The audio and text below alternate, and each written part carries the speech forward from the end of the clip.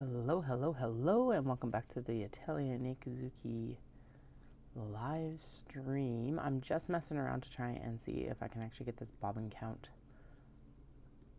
settled. What I need to do is I need the color from the bottom. That's it. It's the color block, the knit city info. There we go. I couldn't figure out how to actually get it to stop scrolling, so we're going to just there's the hex. That's what I need. Nope. Settings. Color. Oh my goodness. Still getting used to this, like, software. Go.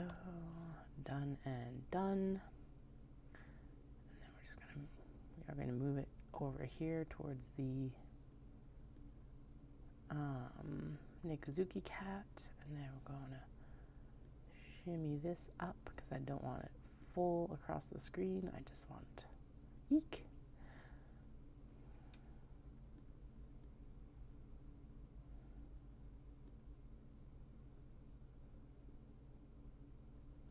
Oh my goodness. This is giving me issues. There we go. Because you know what you come here for is totally to see me mess around with this setup. But I was also like, I don't want to be off longer because I said that I was going to be on fairly soon.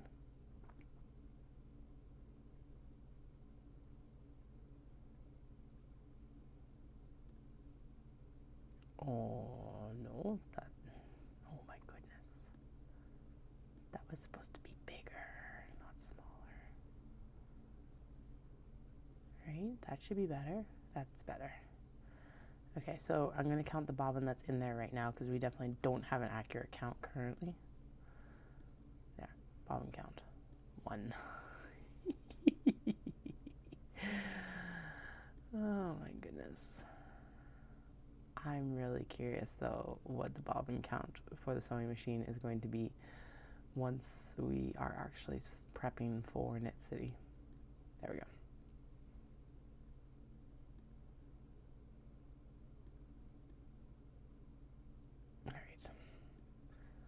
Let's get going. So we are currently in the throes of doing the things and doing the other things, i.e. basting together the drawstrings and sewing the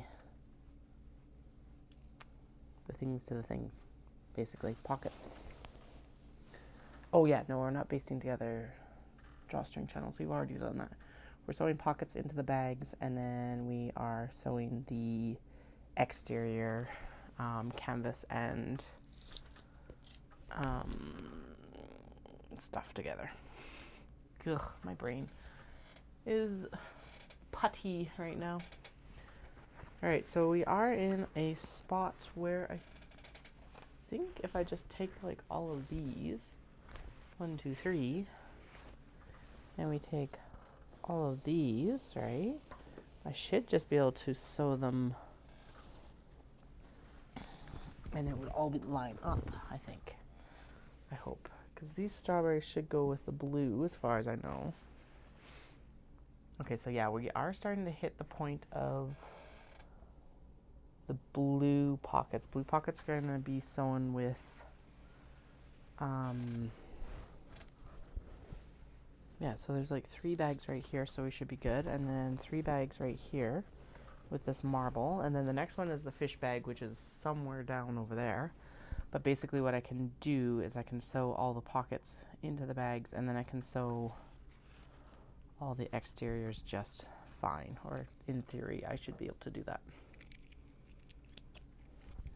Alright, so what we're going to do, we're going to take this, clip it together,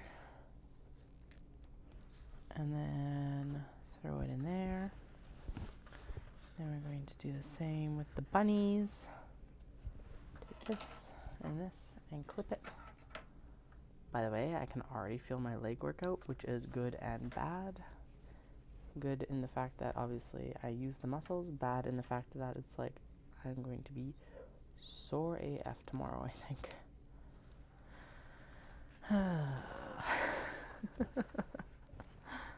Murphy's Law, right? So, okay. Clip all these together. And down into the bin down underneath. And then I'm going to do the pockets first. Yeah, pockets first, and then we'll do the exteriors because then I can just move the magnetic seam guide into place. That's why I was like, if I can get away with doing these in a chunk, that's what we're going to do because why not?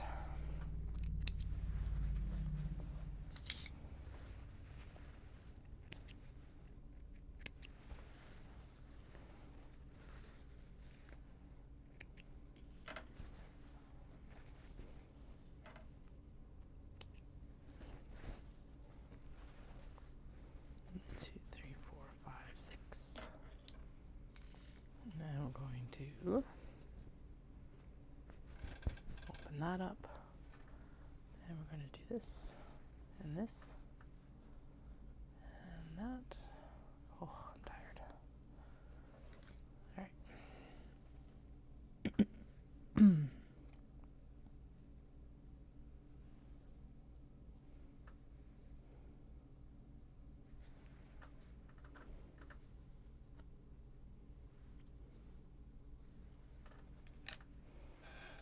No. I thought I'd grab the underneath too. No, I had not.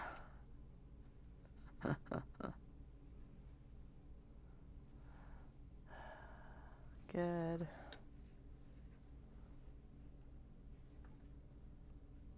Good. Okay, now we can go in and actually sew it. If I have my sewing machine on is something else. Turn the machine on, Martha.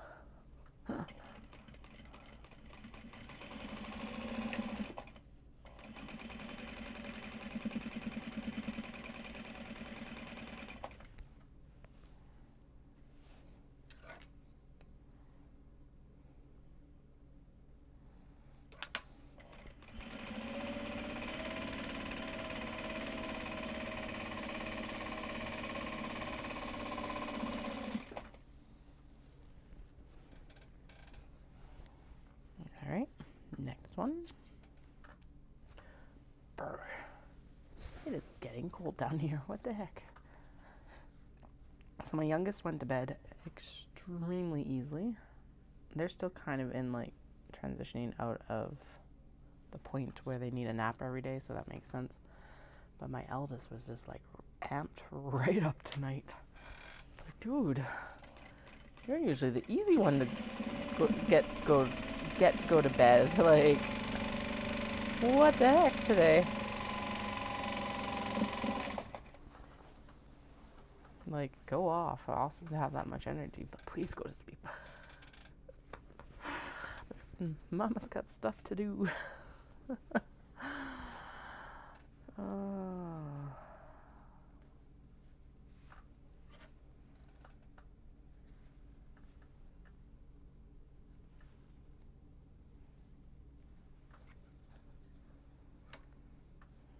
Alright.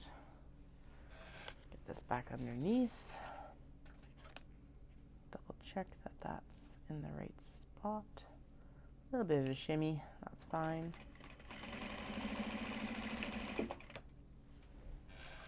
There's something that I was thinking I needed from my supplier in Calgary, since we're going into the city tomorrow to pick Dallas up, but now I cannot for the life of me remember what it was. From what I remember, it wasn't anything too urgent. It was just something that I thought of after I was there last week. So, from what I remember, it wasn't urgent. Oh well. If it's important, I will remember it in the morning. It's not like I won't have time to go get it. So. Need to do a grocery order tomorrow. Grocery shop tomorrow, I guess. And, yeah.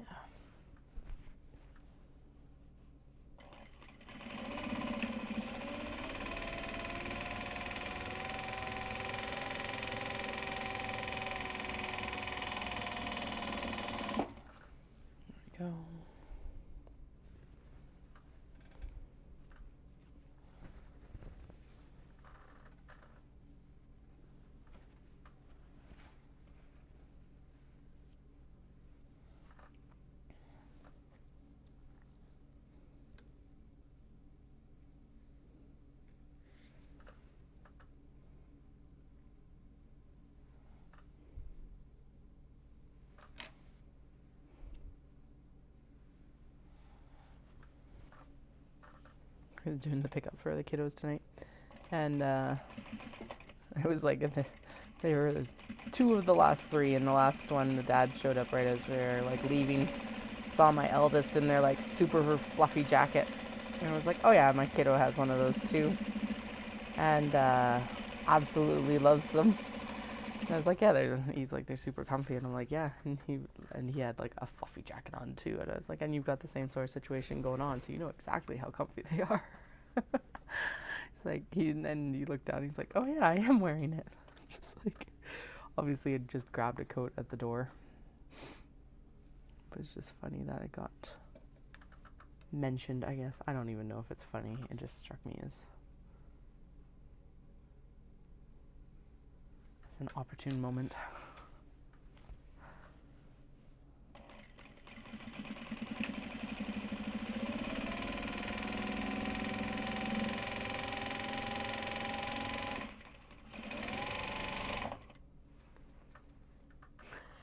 Okay, good, I checked.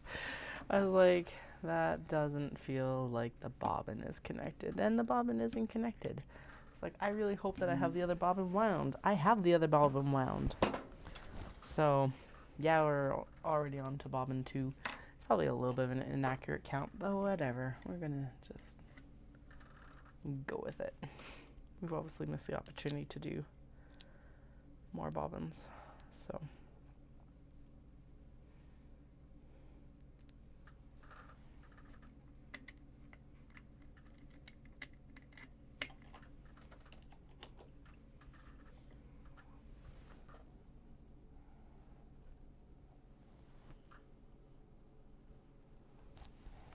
The more I think about tidying up, the more I'm like getting the itch to actually get some of the rest of the house also tidied up.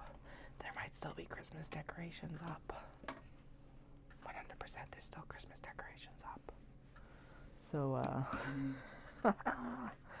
we got like the birthday month coming up and a bunch of people coming. So I think I should probably get those put away. Also get them put away before like something happens to them or something. Alright, we're on bobbin 2 for tonight.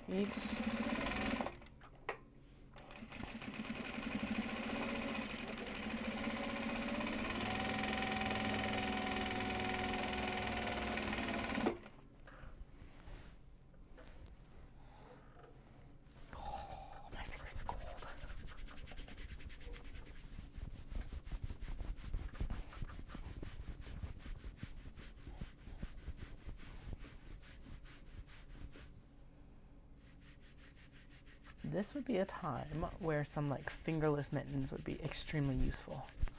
But I don't know where any of my fingerless mittens are.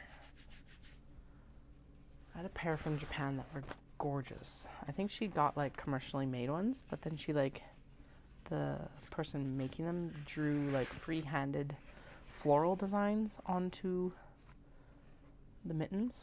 Although those wouldn't work very well for something like this because they had a bunch of lace on it. So it'd be really easy to catch the lace. Anyway, but they were like, they're gorgeous, but I don't know where they went. So I also have knitted myself fingerless mitts. Do I know where they are? Also no. Those are actually, the annoying part of that one is what, oh, hello. Okay, the glue just failed on the seam thing to hold the magnet to the metal casing. All right.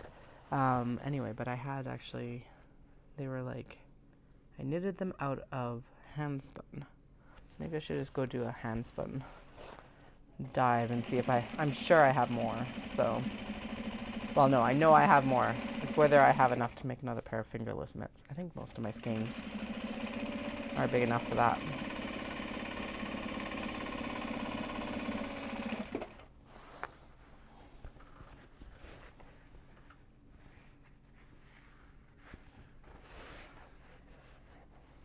And yes, I do realize it's Earth Day, but we are lit up as bright as we can be because I'm working.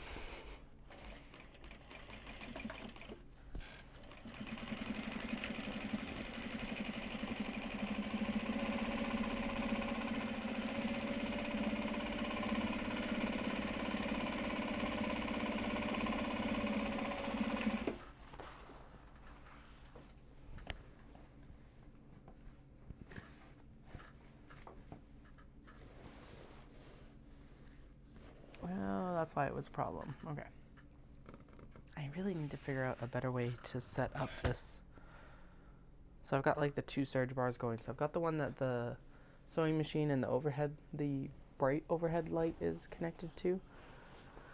But the problem is that the cords all run behind. So when I'm like chain piecing like this, there is the occasional worry that it's just going to yank everything off and then drop, and that will like unplug this light and everything. But I don't know how to remedy that yet. Probably what I should do is I should just take some like, command strips or something and like connect the, I don't know, zip tie it to the actual like sewing table legs or something. I really don't know. Now that I'm like spitballing ideas, they don't make sense. Oh well. I'll figure it out, or we'll just deal with it falling off once in a while, and I'll curse it out, and then I'll put it back exactly where it is. And we'll just keep repeating that cycle over and over and over again, because that's probably what'll happen. Let's be realistic.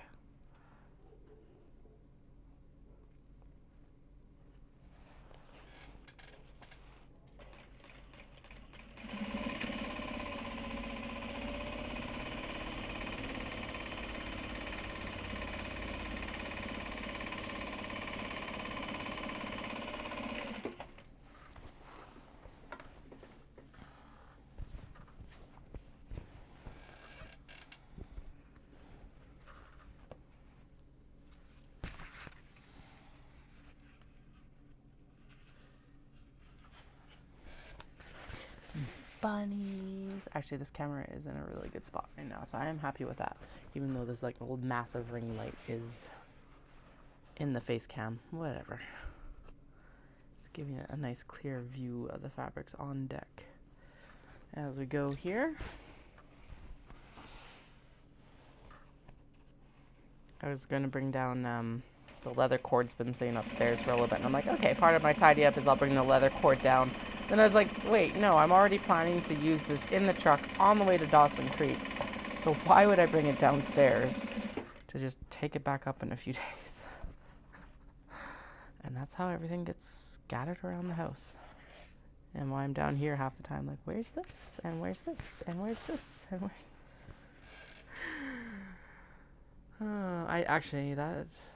Oh no, I've got leather cord down here I can cut for the... I was like, but I do have to bring it down so I can cut the measuring stick one, basically, that I'll cut all the other ones from. But I just realized I've got leather down here that we can do that with. So either that or I can carry the yardstick with me, but no. That would be trying to use a meter or yardstick in the truck. No, that wouldn't go well. Just say no to yardsticks in trucks.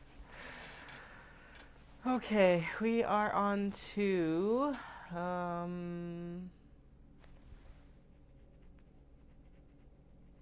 we're on to a little bit of the gray zone, because now I'm like, okay,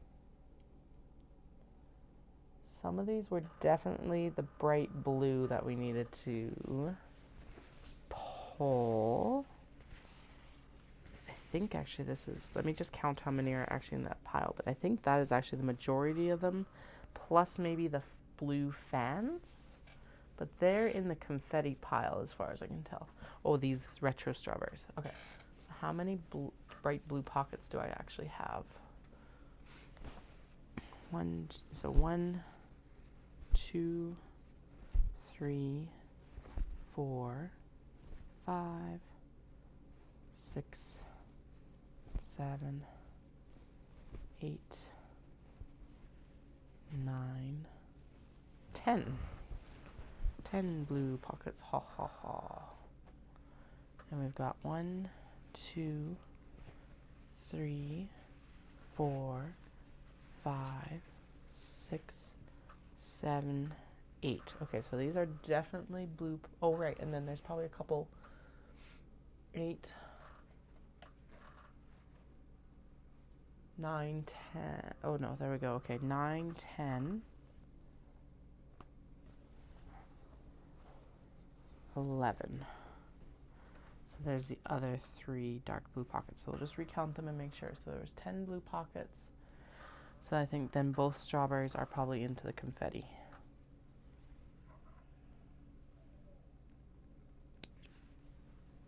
Okay. So 1, 2, 3, 4, 5, 6, 7, 8, 9, and then it's the retro denim that's into the 10. Okay, so I'm going to pop those there.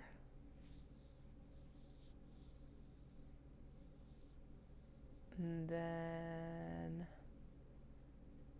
am I going to stitch their exteriors? Yes, because they're the next set in the pile here. So 1, 2, 3.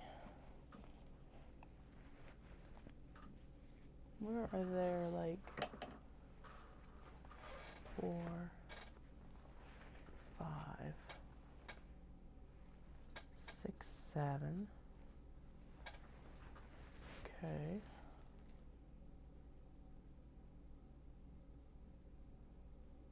Where are their exteriors? Are their exteriors piled under here because they're dark stitching?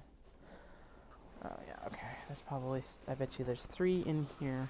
Yeah. Okay, so there's 3 in here.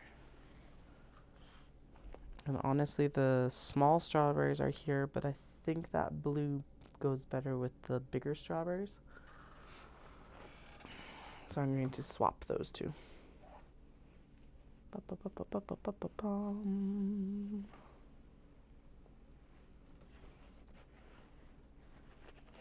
That there, lining here, this here for confetti.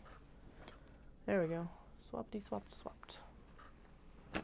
Okay, so these ones already have their line or their exteriors sewn. 1, 2, and 3. And there's 4.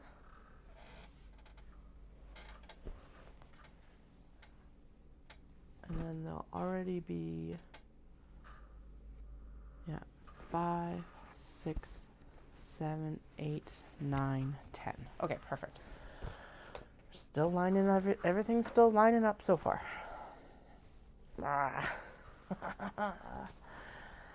Okay.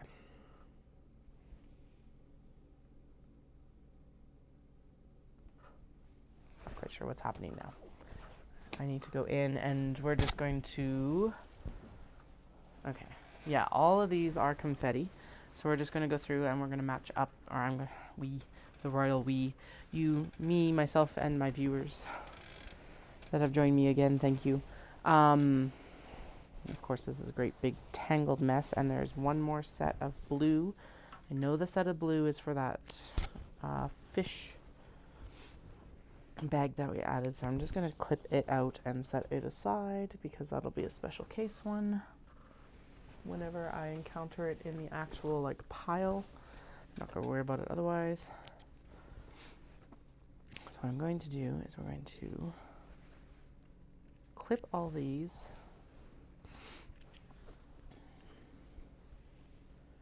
Then what are we going to do next? And then we're going to go in and we're going to grab whatever's next on the pile. Actually, I'll move the pile over onto the cart here because that's probably going to be the easiest way to do it, rather than having it sit behind me, which is kind of, it's out of the way and just a pain in the butt, to be honest.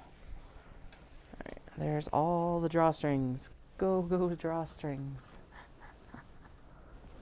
Man, I miss Inspector Gadget. That was one of my favorite shows as a kid. It would be probably ruined by like technology right now, though. To be honest, I don't know. Like, how would it hold up in today's tech era? I think that was such a Canadian show too. I don't know how far beyond, right? I think it was Canadian, or was it? No, Inspector Gadget was a Japanese show that was dubbed, wasn't it? Or did North America riff off a Japanese show? Now I'm going to have to look that up because I have no clue. Although that tickles some sort of memory. Spring technology? Yeah. Go gadget. Rocket or whatever. Alright. Pockets. I was just trying to find an end here so that hopefully I don't have like a bunch just kind of randomly cut and slowly spreading everywhere.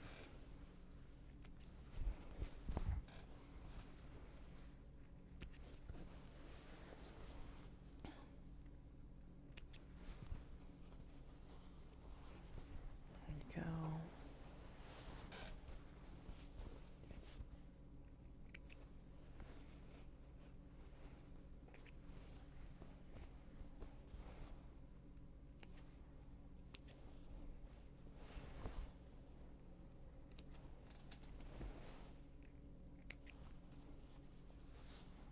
Ding, ding, ding, ding. Come on, pockets. There's so many pockets. Like, I know theoretically what I'm signing myself up for when I do a big cut for show prep, but I never quite apparently wrap my head around just how much work this is. Although it's always changing, so it's never like I never know exactly how much I'm going to be doing either. When Dallas helped me set up for the Hanami event with Ancient Arts a couple weeks ago, he's like, "This is all you have?" And it's like, yep. That's why. It's like, he wanted to take a trip out to his family wanted to take a trip out to the island, Victoria Island, Vancouver Island, out west, in August. And I just kind of looked it up, like, if we don't have to, it would be way better to go at least after Knit City in August. And Dallas was just like, we'll start prepping now. And it's like, what do you think I've been doing? And yes, we did take some time to like wreck the studio instead of tidy it up this year, but it's not like I haven't been sewing from the beginning of the year either. So I'm like, I don't know what you think I'm doing down here, but it's not just listening to smutty audiobooks. Listening to smutty audiobooks is what gets me sewing most of the time. Smutty, spicy, whatever is least offensive to you. I call it smut. It's not meant in a derogatory way, but I know that gets some people's hackles up of like, and that's what it's like. I don't know. Whatever. It's my erotica. Because that's so much better.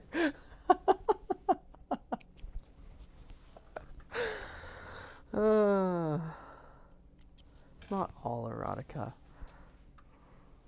But sometimes that does get me out of the like audiobook funk.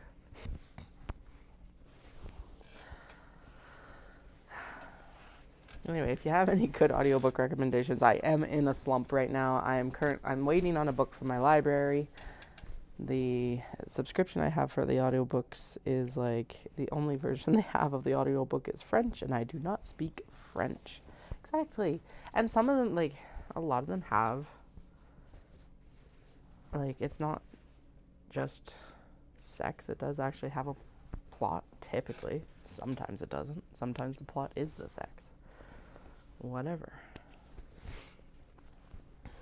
But that's exactly it. I definitely know, I don't know, so I really enjoyed the V.E. Schwab series that I just finished, that I keep talking about, but I definitely had to back it up a lot, and I wasn't even listening to it when I was sewing, because I've been on the stream, which is fine. That's not a complaint, but it's like, I just, I kept missing stuff, or having, like, well, children, basically. I do it a lot while I'm doing chores, or they're like staying around coloring or playing or whatever, or during bedtime when they're like not having it. I think it's going to be the like go-to gift that we can do, or a suggestion if someone is looking for a like gift for a baby shower from now on, is like noise canceling headphones, wireless though, which kind of sucks because then you have to charge them. But I went wireless when my youngest was young and never looked back because, of course, they kept grabbing the cables for the earbuds. And, yeah. So wireless is the way. Or like an ebook or something like that, because that was also really a godsend in the early days. Because you can't really hold, well, even now, I'm still treated like a jungle gym. I don't know if it's better or worse. Because you can't really, it's really hard to hold a book open with a child. Whereas like with an ebook, it's just like you can just do it one-handed. So I was very grateful for that in the early days as well. Audiobooks and ebooks. All right, I should trim up these drawstrings as well so that we can just, because what we have to do is put the webbing with these for the packages. Although if were here earlier this afternoon, you know exactly what I'm doing. I could actually be working in camera view.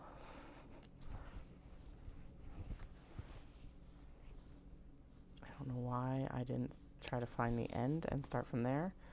Actually, I think that is the end. What are we starting with? We're starting, actually, yes, it's pretty damn close to the end. Okay, so it's strawberries, and then it was fans. The strawberries are on top, and it's already got its things. Let me just clip these strawberries. That's what I say. Fans. And then the puffs. Oh, fans, sakura, puffs. There we go. And then strawberries. Sweet. And they don't have to be like Nancy Kilpatrick. I've never heard of her. What does she normally write or audiobook?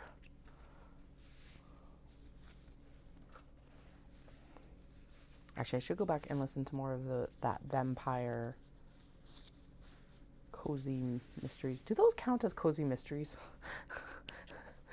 I can't tell. There's a significant amount of murder for it to be a cozy mystery.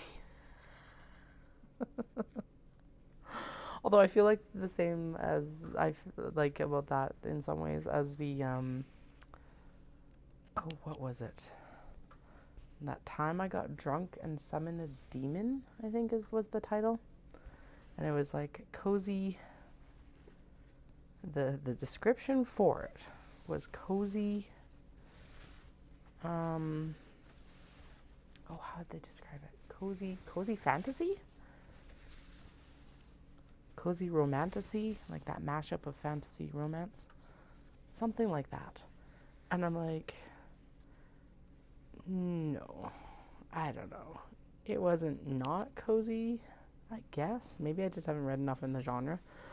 But it was also just like a bloodbath in a lot of chapters. And I'm like, that's not cozy. If there's blood all around on a like stadium floor, that's not cozy.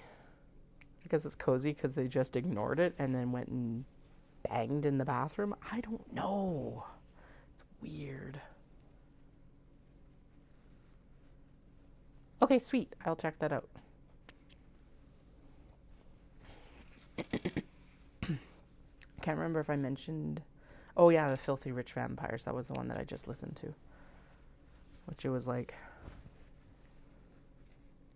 I know slow burn is supposed to be frustrating.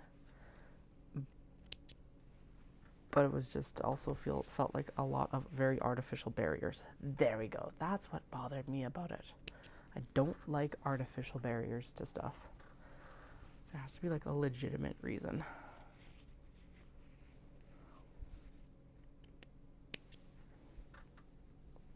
Sweet. That's a nice addition.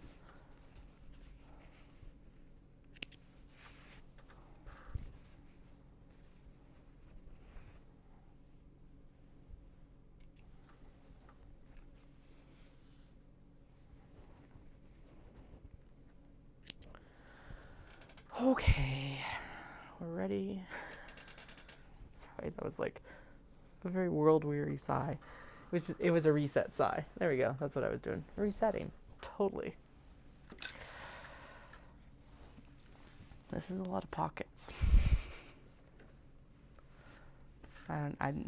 Yeah, I'm like, I should count them. We're not counting them. We're just going to ignore the fact that there's that many pockets sitting there just waiting, and grab our other. So here is the pile that is left, minus the like ones that have that bright blue lining, because again, as mentioned earlier, the bright blue lining has to be top stitched with black. So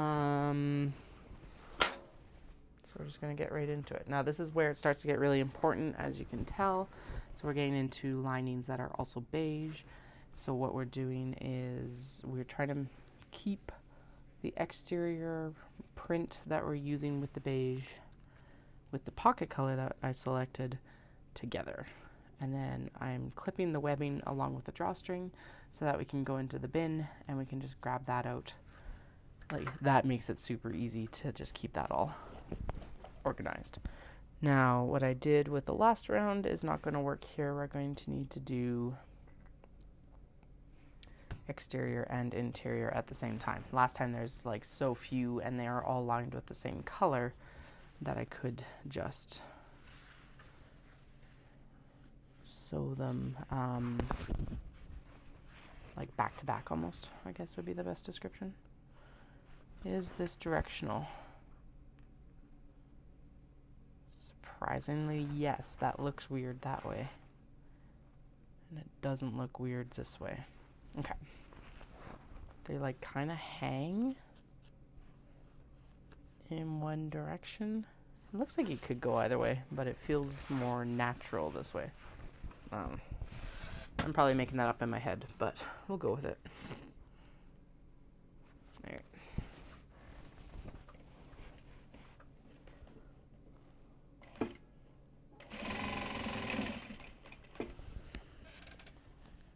This shuffle down. There we go.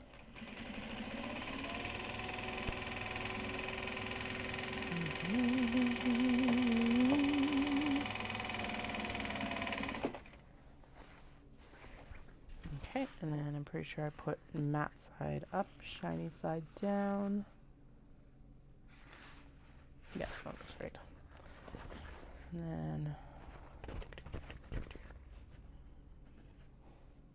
super cute today because it's like tomorrow's style says pickup day, and I asked the kids if they knew what tomorrow was, and the eldest is like, school, which is also ridiculously adorable, but then I was like, no, and something else, and she's the response was like, Daddy? I was like, yes. It was amazing.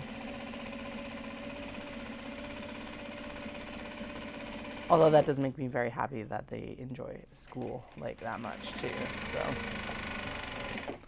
Which is good because they're going to be in summer camps over the summer while I put my head down and sew and sew and sew and sew and sew. I know, it's so cute. The eldest is 100% Daddy's kid. Thankfully, it doesn't lead to any conflict when he's gone. Well, yeah, not much conflict. This week they've both been, I want Daddy. It's like, okay, well, he's not here right now. I am the person. I would love for you also to have Daddy right now. Trust me.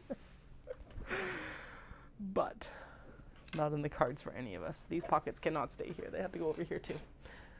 There's not enough room to work. There we go. Anyway, it usually doesn't cause an issue.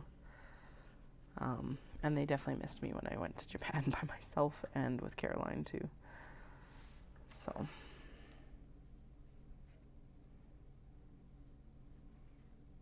At least they're used to it with Dallas being away. So it was also like, when I went away, it was easy to explain that like, Mama's at work. Cause that's what, and it's not even a lie, cause that's what I was doing. So.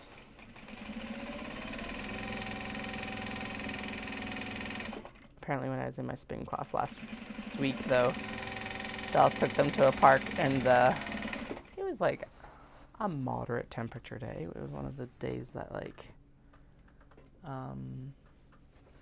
they could play outside, but they were just not having any of it. It's like, let's go get mama. I'm like, that is adorable and terrifying. Yes, summer camps. It's actually, so it's through their current preschool daycare place. It was one of the main reasons I selected them last year, was because they offered the summer camps. So they go for the full week that my husband works during the summer. And I get to just sew.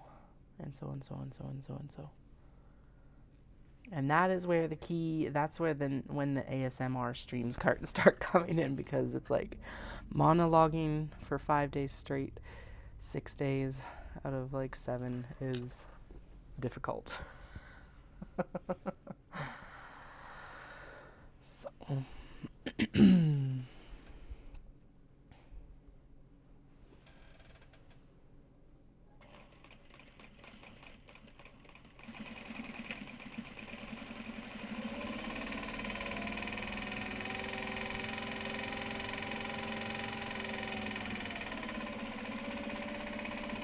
yes. Oh yeah, they don't. It's not an away camp yet. They're not old enough for that yet. I'm not even comfortable with them like staying over with family quite yet.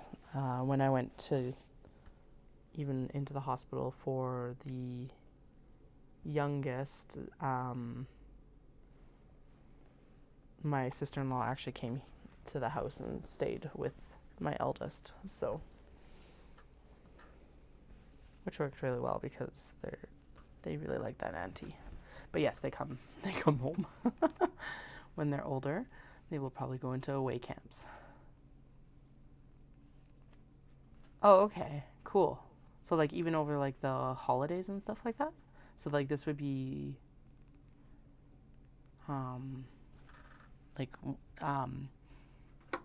yeah, they're like in preschool and after school care, and then over the summer, which is when the school takes a break, which for us is in summer, they get summer camps.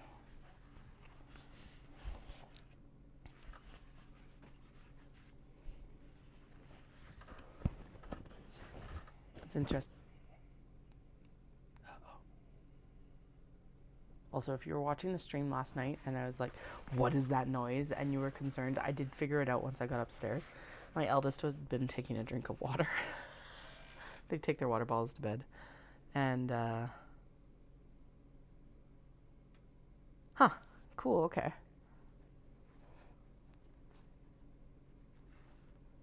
Like that. Anyway, yeah, they're taking a drink of water. And I think must have clonked their water bottle against the headboard or in their room or something like that, because I went upstairs and because they cried for me, and then by the time I got there they were chilled out. But it's a situation of do I just not disturb them, or are they just going to be in my room in 5 minutes anyway?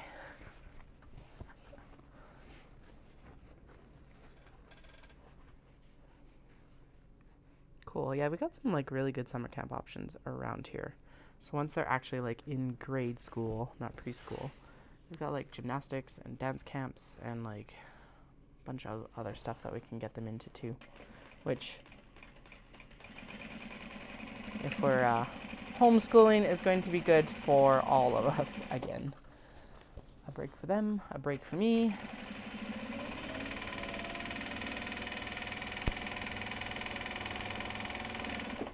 Do I know how we're juggling homeschooling and at-home work? No. But we'll figure it out, or we'll figure out a different plan. I was homeschooled. And it's changed so much recently, especially with actual the virtual school options that are now available, which is amazing. And also just the programming availability. So when we were doing homeschooling, most of it was very Christian based, and now there's my big thing is I do want it to be secular because I want religious studies, but I don't want the rest of the curriculum to be based in one specific ideology, as best as we can. Obviously we still have European-centric bias, but that's something that we can work to mitigate as well. Anyway, there's actually a school out of California that'll provide a curriculum that is secular based, actually, which is super cool, and it has like teacher support and everything like that. And if you continue it right through to the end of high school, they actually get, well, they take the SATs, and then they get an American diploma, which actually is super beneficial, because that is something that like just makes it easier to get into university or post-secondary or whatever. So whatever they want to do, who knows? Trades.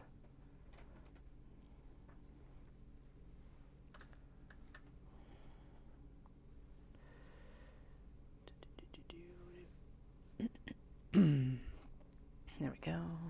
There. And there.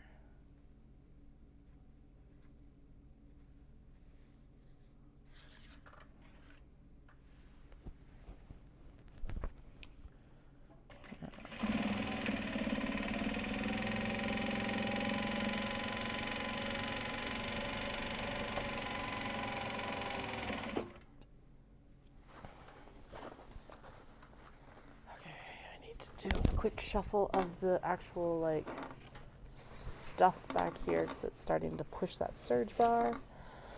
Just kind of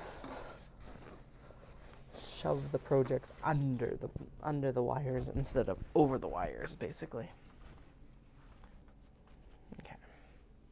Now we're going to do the Sakura, and I need to actually, so I don't know why, but I threw all the threw the pockets on top of the drawstrings, which was not a good idea. I think we can keep these at least over here, just so it's a little bit easier to get that. I'll try and keep it off the computer vents. There we go. Ding. And then in here. Yeah, we need to start figuring out what we're doing for our program, because it's coming up way faster than I want to admit. So it's like, actually there was a new school board that I just saw advertised in Calgary of, so I might look into that a little bit more and just see what they offer for supports and things like that. And then there's like a huge homeschool group in the Calgary and Cochrane area, and then you're able to do the like group activities and get the group discounts and stuff like that because you're part of this homeschool group, which is super cool too. And they've been around for years. They were around when I was a kid. So I remember Mom joining them because, again, we live just outside of where we are right now. So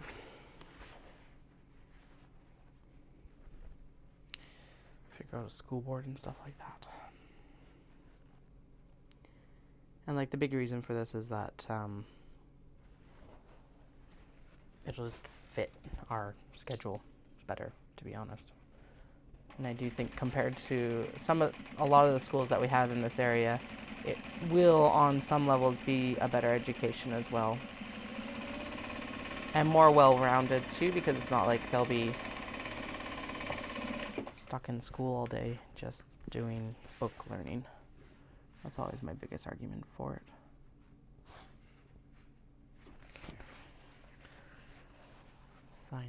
Shiny side up, matte side down. And I totally went into our like preschool interviews with that in mind too. So it'll be part of the kindergarten interview too, I think.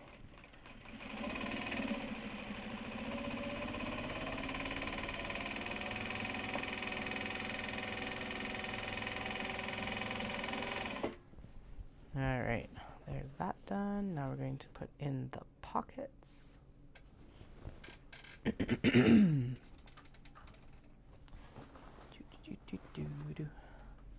Okay, fine. I'm going to count this pile because that makes sense. So we just did that one, so I'm not going to worry about it. So 1, 2, 3, 4, 5, 6, 7, 8, 9, 10, 11, 12, 13, 14, 15, 16, 17, 18, 19, 20. Hey, that's not bad. So 20 of these left, and then 10 of the blue. So that means that earlier we got 20 of the 20, 30. Basically 30 and a half right now because we're working on this one right now. And if we had like 53, so we got like nearly half of it done earlier. That's pretty sweet. Okay, I'm going to just, so the one thing is that make sure that the bottom seam is like, well, it's on the bottom, but we got to just open this up a little bit because we aren't pressing them. We also, however, want to make sure that as much of the fabric is used and out of the seam. There we go. Come on, you know you want to behave. There, yeah, good fabric. Because we all know if you work with fabric or yarn, it totally has a mind of its own. So, okay, there we go. Down and up and across. This side does not want to stay down, so I'm probably going to actually throw it under the sewing machine first.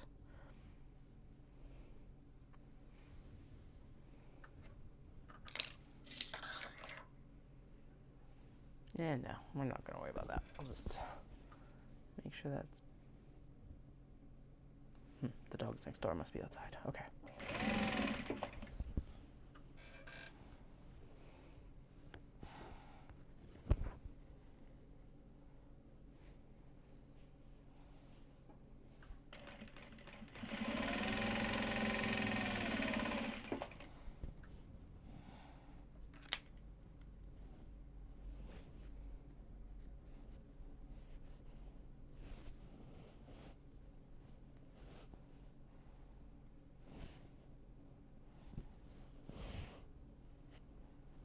There we go. Now we're good. Zoom!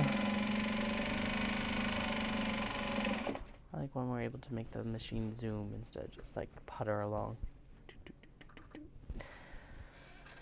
Okay, this one shouldn't have quite as much. The problem that that seam had was that it was like very close to the edge, so it was pulling in pretty hard on the actual pocket fabric.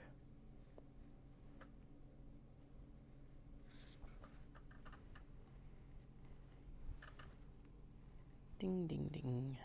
There we go. Sweet. What did I need from my supplier in Calgary?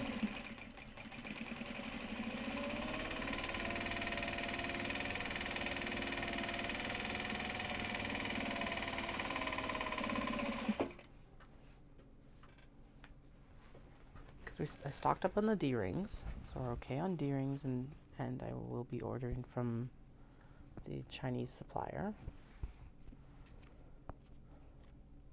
I know I wanted cotton webbing, but I feel like there was something else I needed from there when I was thinking about the second supply run. Kind of well, if I'm already there, I should also do this. And now it's like, it's completely escaped my brain. It's not even like the train fell off the tracks. The item jumped out of the boxcar completely. Or out of the seed can, or whatever you want to call them. Well, those are two very vastly different things, but seed can doesn't have quite the same romanticism as a boxcar. I got all that webbing. I did do the polypropylene webbing already. That was what I did on Thursday last week with the kiddos. So that I'm stocked. I know it's cotton webbing for, I had this harebrained idea that I'll have purses ready for the kimono market. We'll see if that comes to light or not. But if I don't have the supplies, I can't do it at all. So, what else was it? Damn it. Oh well.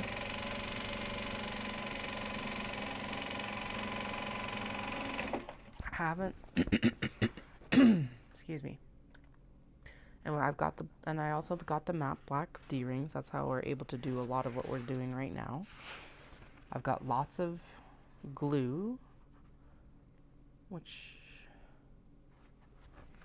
would be Michael's, but I don't think Michael's was what pinged my I need supplies thing. Oh well, I'll think about it. Maybe I'll remember in the morning. If it's important enough, I will. Obviously, the webbing has stuck in my brain, so I'll go get that at least.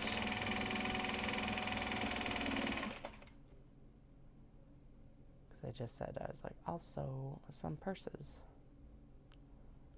And we'll use the cotton webbing. And then I was like, do I have everything I would need for that?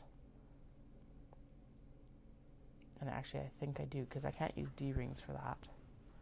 Or at least for the pattern that I'm thinking of.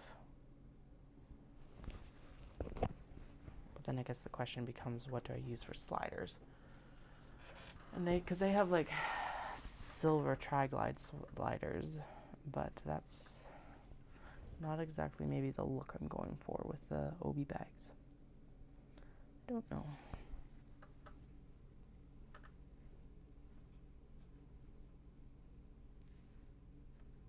I actually don't even know if this pattern needs a slider, to be honest. I'm gonna have to take a better look. Do I need to get it tomorrow though? No, it could wait until after Dawson. So I'll wait until after Dawson, because realistically, am I gonna use it in the next week? No. No, we're gonna be working on the Kato instead, so. Blades for leather cut. Yes, I do need those. I need to go to Tandy. Thank you. I'm glad one of us remembers around here. And actually, that is more urgent, and I will use those in the next week because I think I have enough leather cut, but I don't know, and so it's better to have it on hand than be like, oh my god, I'm out of leather. Or that I need to cut more black than I have brown, blah, blah, blah, blah, blah, blah, blah. All the different things. I'm going to also need some more brown leather here, but again, that is something that I won't worry about until afterwards, because I think I have enough. I actually did get quite a few more strips out of the hides that I already had here, so that was nice. Canvas comes from the supplier in Montreal, so that'll be an order I make after piece as well. Because then that should come in mid-May. Sorry, there's like a ton of crud under my fingers, and I'm not even sure how. It's not like I've been working out in the dirt or anything like that. It's distracting me. Get out of here. Gross.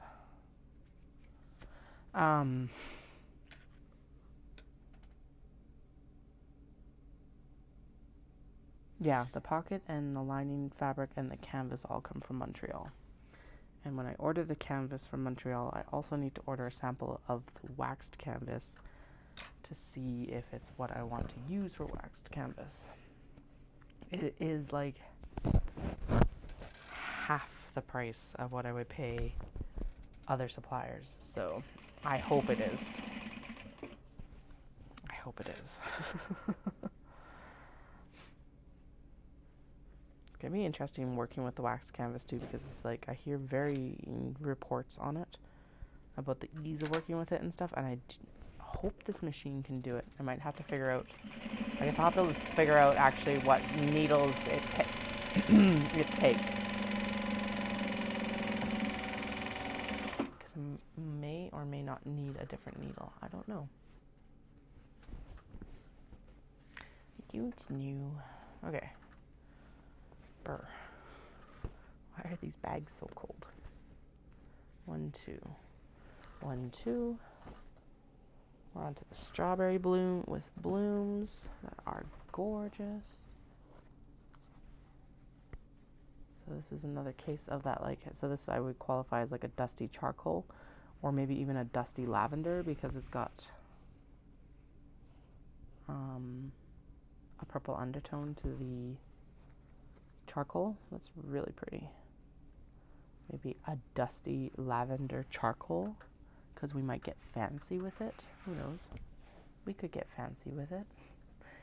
It is fancy enough to like warrant that kind of name, I think.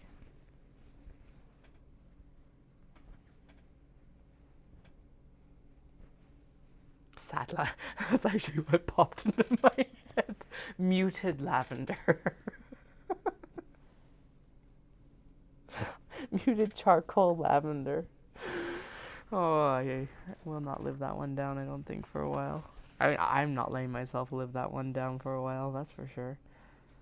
So I wholeheartedly agree with everyone else making fun of it, because it is hilarious.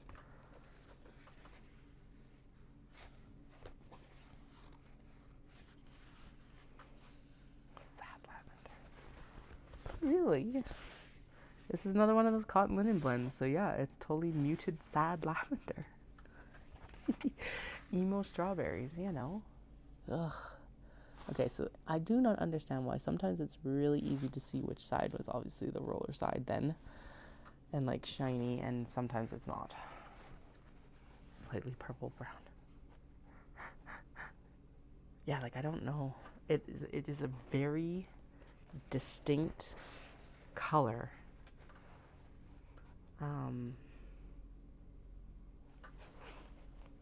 And it's very hard to describe. But it's gorgeous. Actually, it might be like a dusty light mauve. Mauve? Is it mauve or mauve? I guess it doesn't really matter.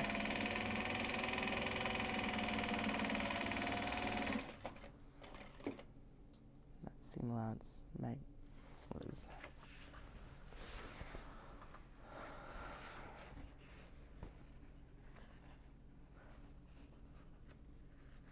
it's also giving me like fancy hot chocolate vibes. Mauve, yeah. I think I've heard it both ways, but I definitely pronounce it mauve. Obviously, that's what first popped out of my mouth, so.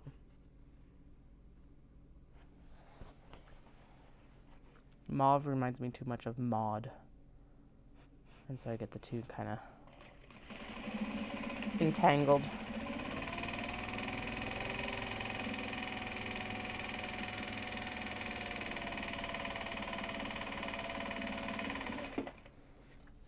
Alright, I bet you anything we're coming up on the end of this next bobbin. We'll see, but my bobbin sense has been on spec today, so, or on point today, I guess. Yeah, whatever.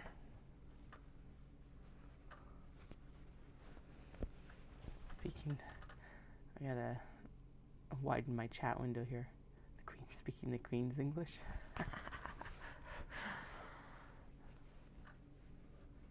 Is it still Queen's English or is it King's English now?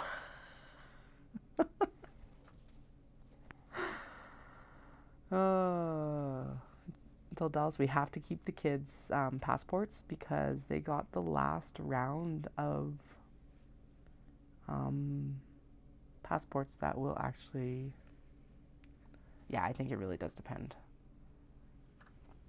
And mauve makes total sense too. It does, however, feel like a difference between like vase and vase. I think it probably is.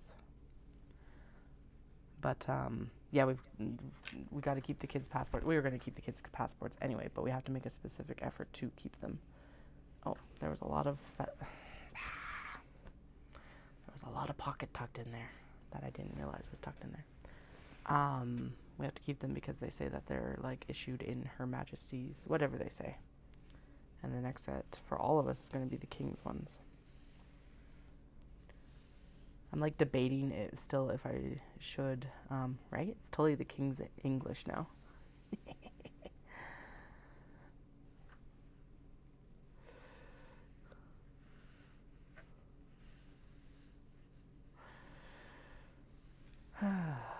We're stuck with Kings for a while.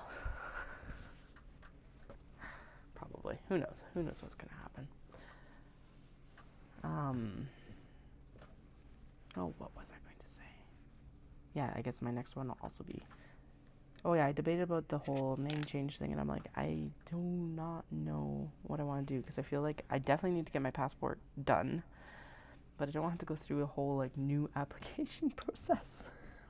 Like, I just want to renew it, but I don't want to be stuck with my full name. So my full name's Kathleen.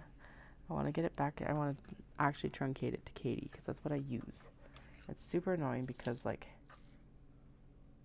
I use Kathleen for all my official stuff, but then like some of the stuff where it's a little bit more casual official, it's like I'll use Katie, and I can never remember where I've used Katie and where I've used Kathleen.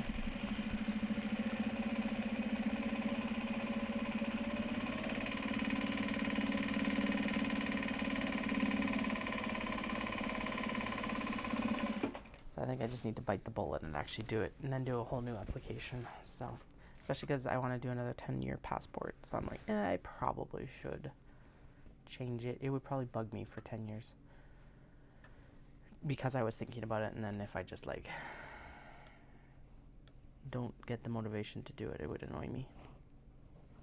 It's almost invalid anyway, because it usually expires at that 6-month point. But this is the passport that took me on all of my post exchange trips to Japan, which is absolutely insane to think about. It's also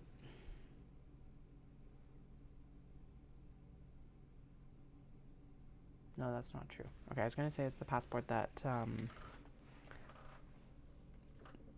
I would have traveled down to Disney with Dallas for the first time as well, but it's not. This is the one that post-marriage and marital name change.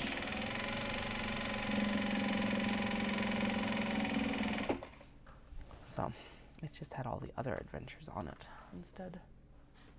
So, again, definitely keeping it. But, there. Actually, that's a good point, that we definitely want to make sure that the kids get to Japan before their first passport expires. Obviously, that is the plan anyway, but it's like an extra impetus to like make that even more of a conscious effort, because that would just be cool. Get off there. Alright, I actually really like the like natural linen blend, cotton linen blend one, and it's got the like I guess it must be like veg matter from the linen probably in it still or something, because it's not fully, obviously it's unbleached, and then it's got like flecks in it. Usually I call stuff like that vanilla flecks, because it reminds me of like the French vanilla ice cream that's got the like little vanilla bean scrapings in it. Vanilla seeds? No, it's not vanilla seeds.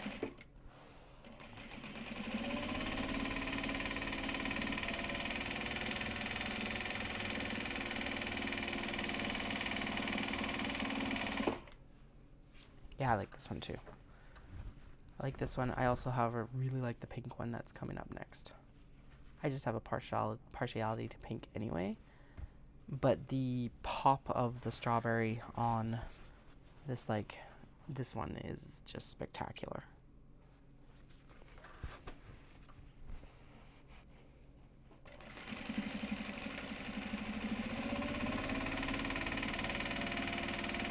I don't know why I'm putting my finger that close to the needle. That feels like it could go astray very quickly.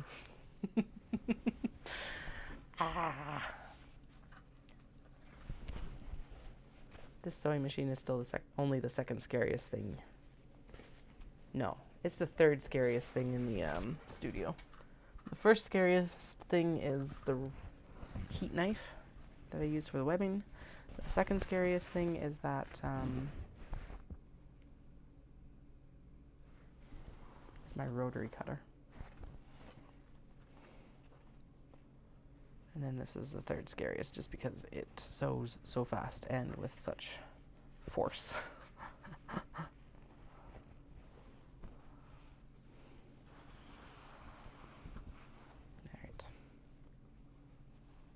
Shuffle, shuffle.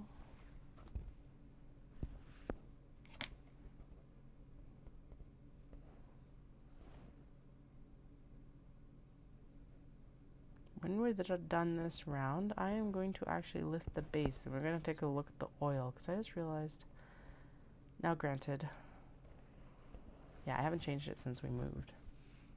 However, I hadn't changed it for quite a while at the old house, probably four years, I think, and it was still okay. But just because it's okay doesn't mean that it shouldn't be changed.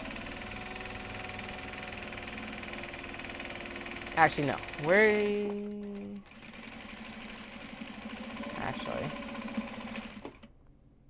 are going to look right now because I think it might be low because it's not bubbling up in the actual oil bubble. Okay. I'm like, this is sounding a little bit grating. I don't know. Something just sounds off. So, of course, let's do this right now because if it is, it's easy enough to fix and it doesn't cause damage to the machine. And if it isn't, well, we've checked. Ugh. No, we're good. It's looking a little bit yellow, but it's actually not too bad. I don't think you're gonna, well, you can see this way. Nope. The phone is like, and I give up.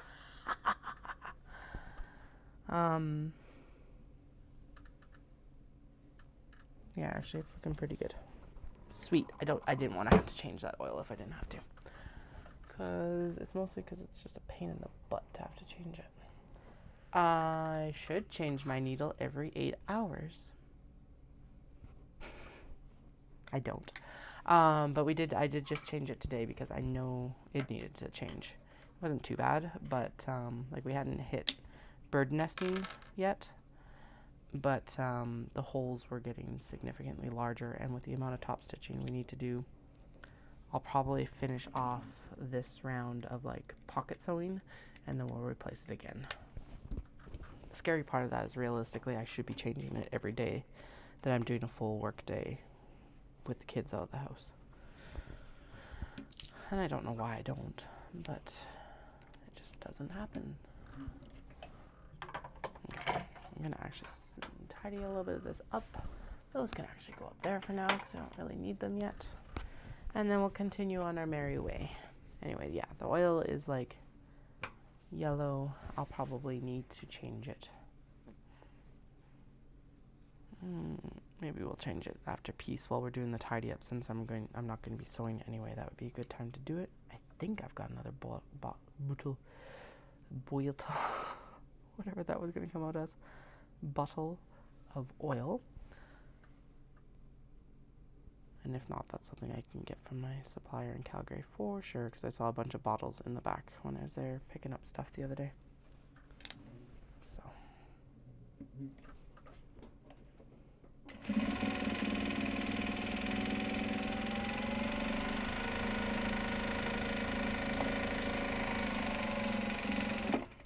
Anyway, for the needles, I probably end up changing them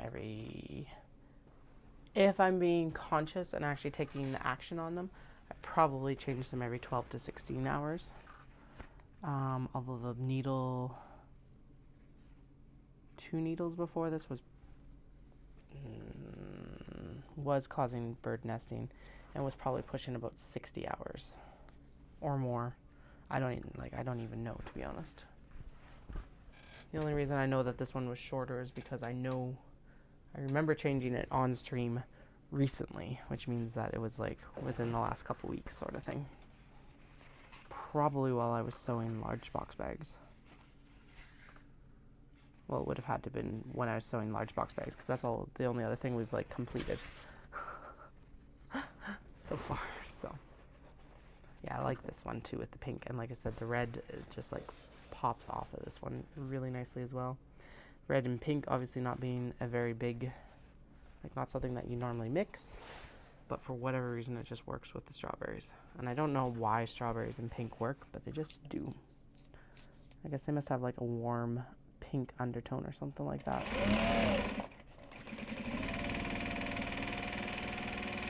And that's probably why that gray is so hard to describe, actually. I bet you anything this has a pink undertone, and that's what happened with that gray, is it's not a purple undertone, it's actually a pink undertone.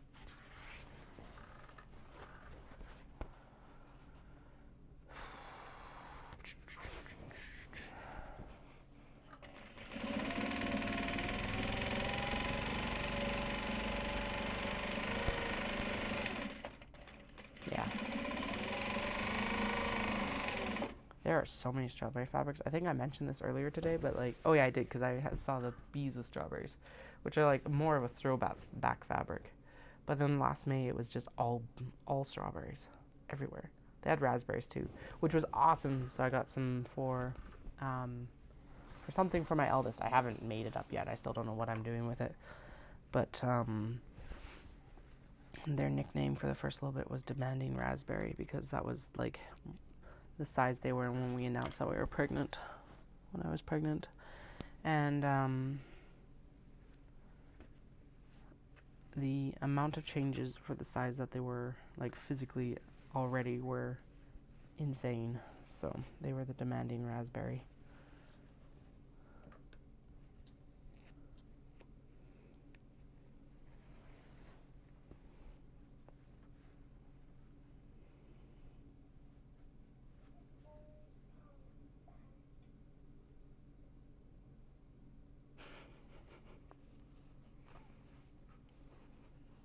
The youngest talks in their sleep, so they just rolled over and said something. I don't know what it was, but it was some sort of mumbled sentence. Sleepy sentence. There we go.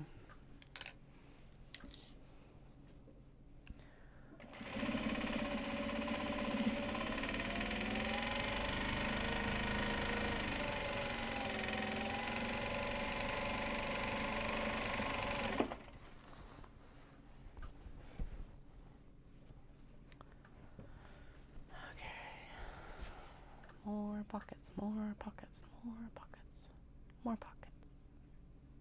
Da da da da.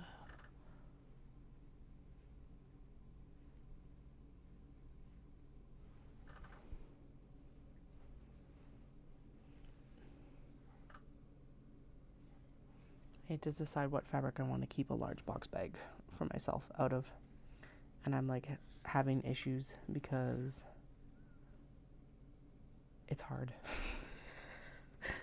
But I think it's also a case of like nothing's like, there have been certain fabrics that have jumped out and basically grabbed me by the throat and been like, you need me. And like there have been fabrics that have done that, but they end up being earmarked specifically for customers, and that's fine. There's nothing wrong with that. But like there hasn't been anything recently that's been like, I have to keep you. So I'll keep my eyes open. I'm sure something will strike my fancy sooner rather than later. But we'll see. If it doesn't, I still have my like very first large box bag that doesn't even have like a finished handle.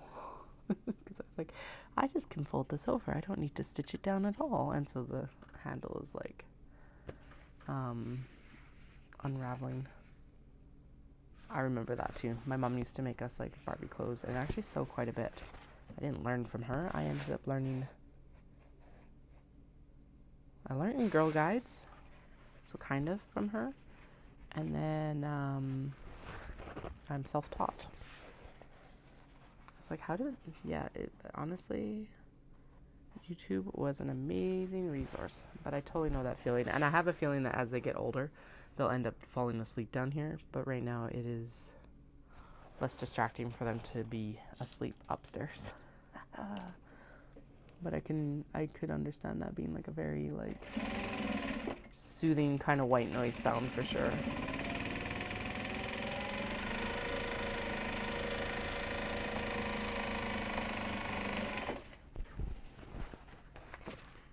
All right, that one obviously has to have this up right side because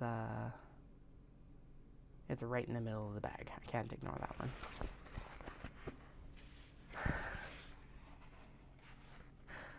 And now at this point, I would pretty much trade almost anything to have a fully hand-sewn wardrobe.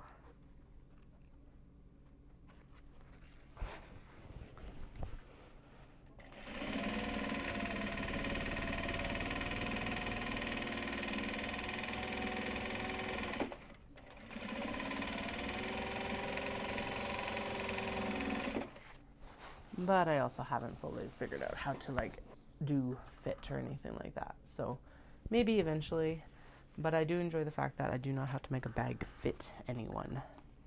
I did make the kids some clothes for Christmas though, and they both really appreciate them, which is super cool. But I get it, like a very different era too. Did I already do the...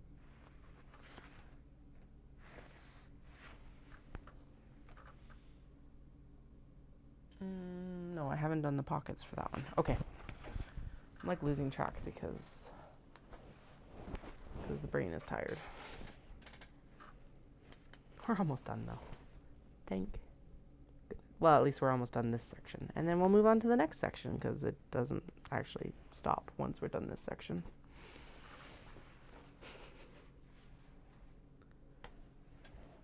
Okay, I've just prepped the actual thing. There should be 4 here. Yeah, there's 4 here. That one goes with that one, and then this one goes with this one, and then this one goes with these ones. There we go.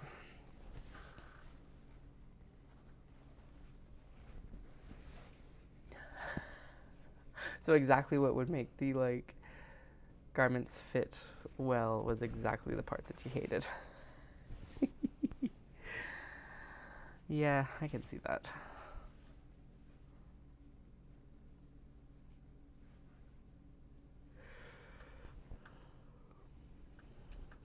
A lot of halter dresses. I guess those would be easy to make, and especially if you're in Australia, then it's like they probably had a lot of use. I was extremely excited to be pregnant through the winter in Canada because at least then I wasn't sweltering in like August heat. With the drawback being though that like I didn't get to wear any cute dresses for like anything pretty much. And then I did for our baby shower for our first, and then a week later everything was just don't leave your house if you don't have to sort of thing. It was wild. So there was definitely no need for cute maternity dresses. There's a lot of pajama wearing those days because that's what would fit. Yeah, that's fair. I don't think I would trade our cold for your heat, I'm sorry to say. As much as cat problems, my dislike of winter.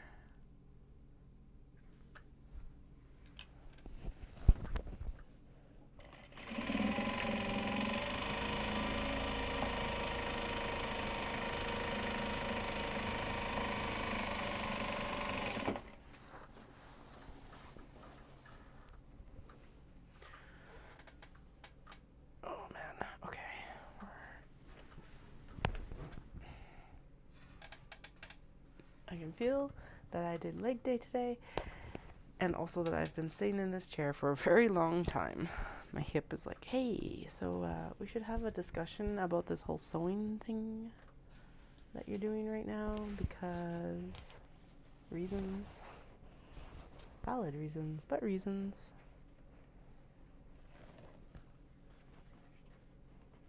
How am I still short? Oh, okay, because you've already got all of your lining stuff in there. Okay. I don't need this one. That makes sense economics-wise. Although it also sucks. Did you have like...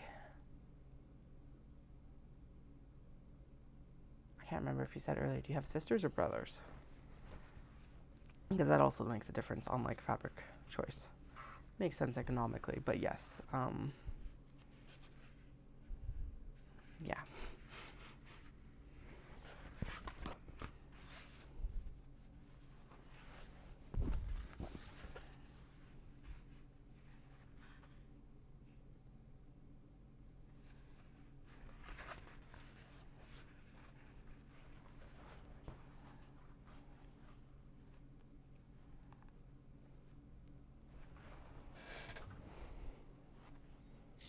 I need to get like more familiar with my serger so that I can actually sew some more and also just learn how to serge knits, because Dallas always wears hoodies, and it's always a pain in the butt to find a good hoodie for him. And then, like, at the activity level that the kids are, some, like, leggings or, like, something would be good for both of them. But, a little bit higher quality that doesn't, like, end up wearing a hole through in the first day, sort of thing. Alright, so I don't know if that was all the fabrics having to be the same was to your benefit or to your brother's benefit then. Can't imagine that a lot of them were. Yeah.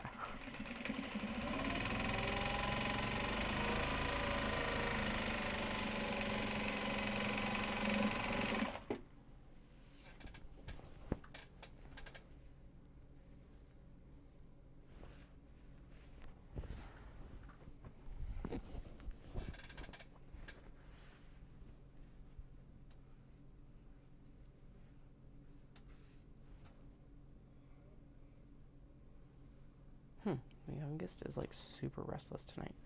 So I hope that means that I don't have to leave early, but obviously will if I need to. Just as a heads up, they're like grumbling and groaning a lot, so. And they did go to sleep really fast and easy tonight, and sometimes that's not the best, it seems like. As much as you don't want to fight at bedtime, it's like a little bit slower would have been better.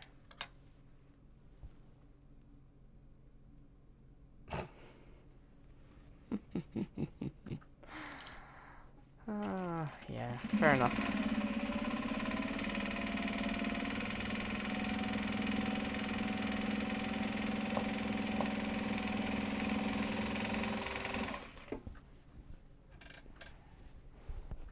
I feel like our like fabric technology has improved and like also degraded so much in that time span too. It's not even funny.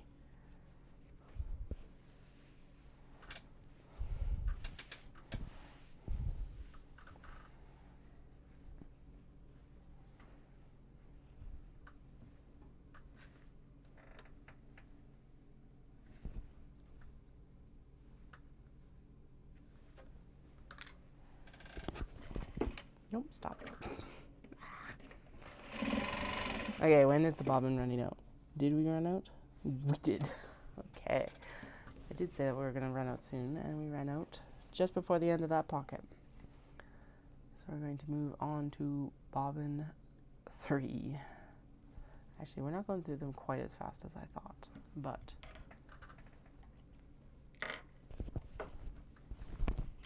so basically how I'll run that count is we'll reset it when I go from doing Peace Fibre Fest prep to the rest of summer prep. And then I think next year what we'll do, should I do a monthly total? Should I do a monthly or a show prep total? Actually, it'd be kind of cool to see my monthly totals, because I would definitely tell you how much I'm sewing each month. And then do like a year-end bobbin total. That might be a lot of fun. This is a new idea, so I have no clue, but I have no clue what I'm doing. It's the end of April. We could do a month. We should do monthly totals, maybe.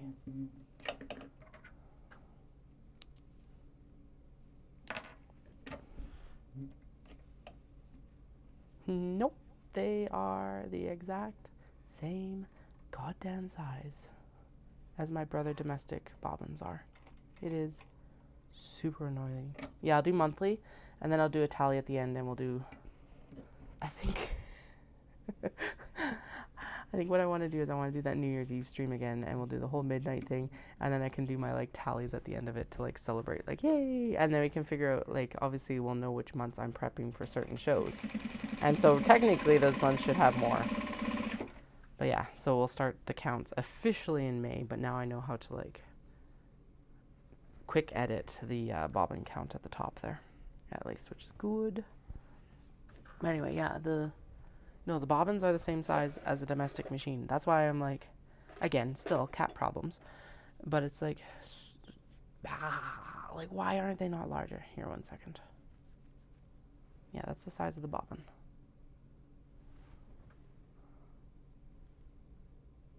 So A, why aren't they larger? And B, why hasn't someone figured out how to actually pull from a spool or cone, whatever you want to call it. I work from cones now, but like,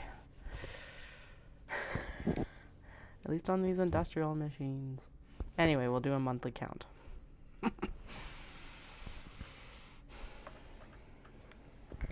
And that'll be motivating too, because it'll be like, hey, what was the monthly bobbin count? And then I will get a little bit of sewing done every single month, hopefully.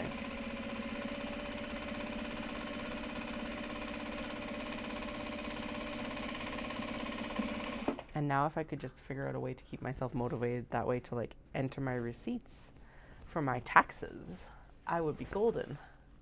It's not going to happen. Every year I say I'm going to enter my taxes. They're like my receipts throughout the year, and then they'll all be ready for me at tax season and I can just file. It's never happened. At least I see a bunch of other small businesses making jokes about it, so I don't feel too bad about it. I'm not the only one, but still. Bah. Bah, I say. Oh well.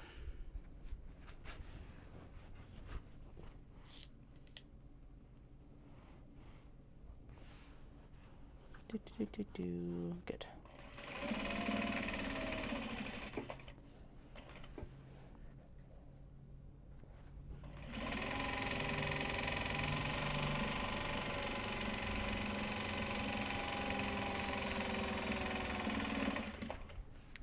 Bees and strawberries. This one's always been super popular. It is some of the last of the fabric. If you want to snag it and you're watching this right now or later, let me know. I will be surprised if it survives peace, to be honest. So as long as I get it finished. Who knows? Maybe I won't get it finished. Be very weird if I didn't get it finished though. Okay, so that is a very wavy bottom. So we are going to trim it down so that the seam line works. Oh, those are creaky scissors.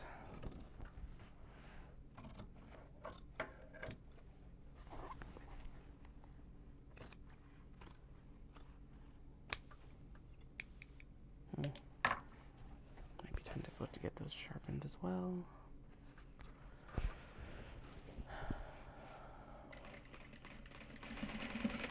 Yeah, I know.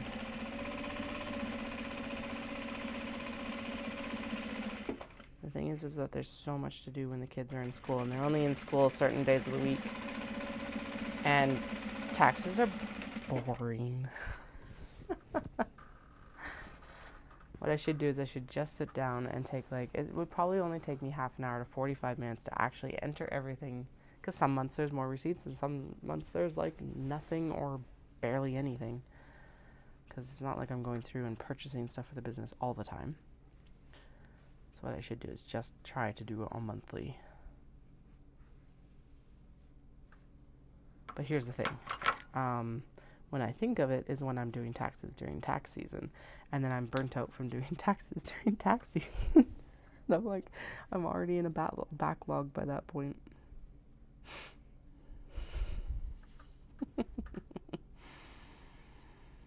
I have all the excuses in the book. No good reasons, though. Beyond them being boring. Nowhere near as exciting as getting to sit down at the sewing machine.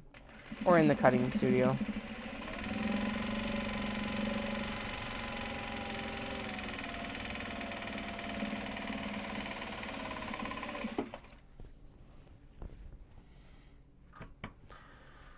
Okay. We are... 1, 2, 3, 4, 5, 6, 7, 8, 9, 10, 11, 12, 13, 14. 1, What did I say we were at 20 before? Okay, so these are going fairly slow then. Alrighty. I know if I didn't keep stopping to count stuff, it would go faster, but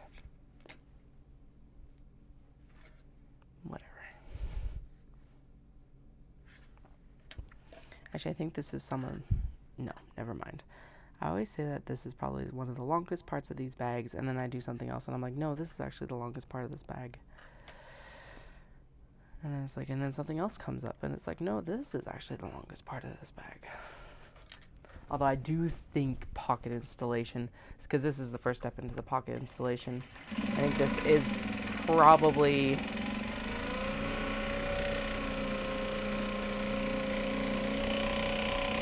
the bit that does take the longest, because it's fairly fiddly trying to get the, like, just to make sure everything is going to stay out of the seams and stuff like that. So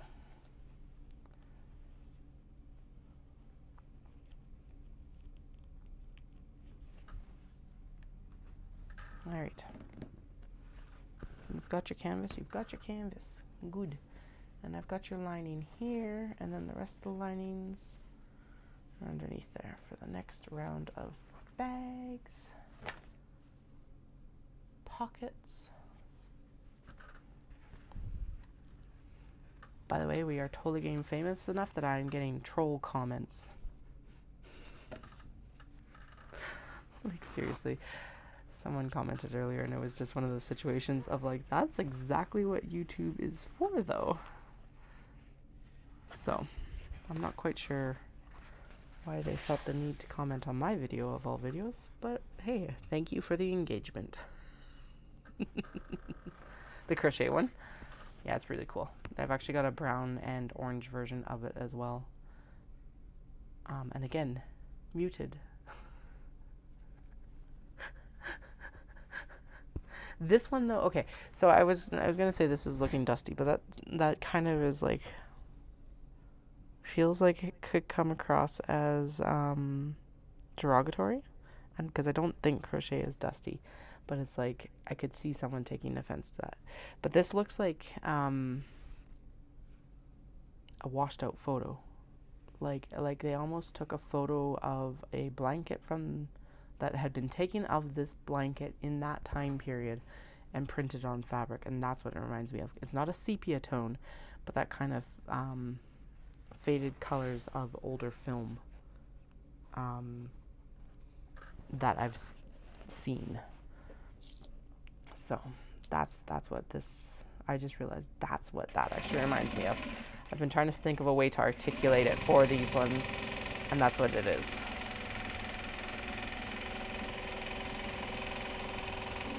Because there's that one, and then since we've already divided the pile up, I may as well go in here and grab the other one, and we can work on it next. And then there's like the orange, yellow, and like, this reminds me very much of like 70s colors as well, or like sunflowers and things like that. But I really do like the pink tones in this other one, especially with the orange. It's matched really, like the tone is matched really well.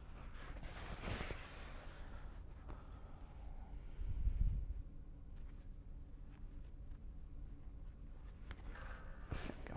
Also like how like working with these fabrics in different shapes makes the fabric look very different as well. Again, it comes back to that whole, you see it on a bolt or you see it on a like hanging or whatever as a display piece, and then so you see it flat. That's what I'm getting at. It's 2D, and then you come home and it's still flat. It's 2D, and it's like then you cut it and you get it to make it into this like gorgeous 3D object. So much fun. I get to do that. It's super cool. I need to wind the next bobbin. I need to wind the next bobbin. The next bobbin needs to be round. When I start this stitching, I need to wind the bobbin.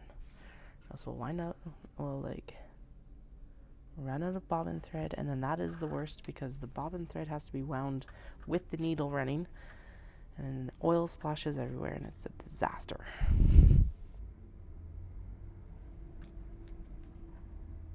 Yes. And it's not like quite, it's not that washed out, but that's exactly it.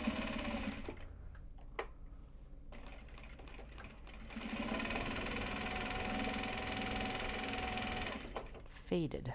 There we go. That's what it is.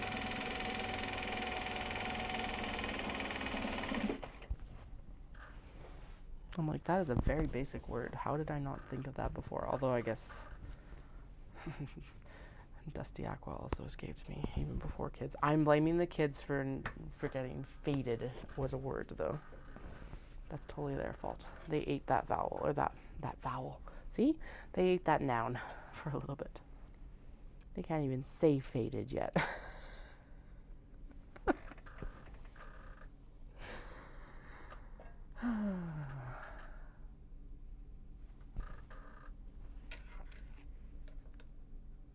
Not quite.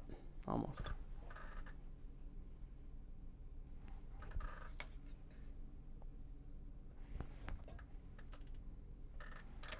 Good.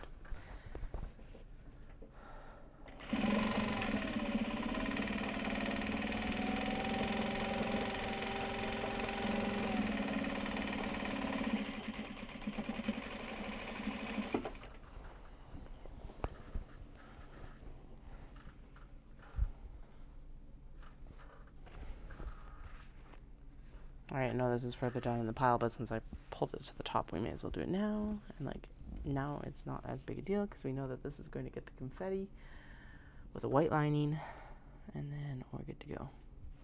I just got extremely distracted because I saw the movement of the drawstring in front of the camera on YouTube, which is like behind the program. I was like, what's going on my screen? It was just me. It's worse than a mirror sometimes. Do, do, do, do, do.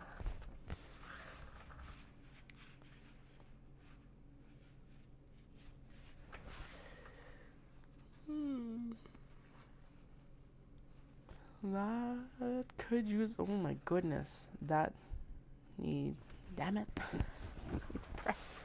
I thought I redid these ones. No, look at that. Oof, okay, fine. If you insist.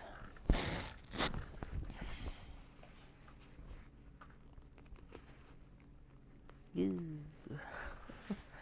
I think that is just a... Well, we'll pull all the stuff for it so that it's still all together. And if I get an opportunity...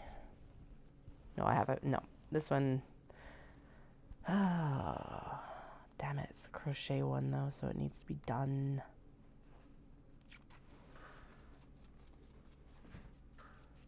Okay, I will put that under the press tomorrow. Tomorrow's Tuesday. I don't think I can put it under the press tomorrow, but I'll put it on the under the press on Wednesday. Dawson actually said he has a bunch of training on Wednesday, so normally Wednesday is kind of our catch-up day, but it works out in my favor because of show prep.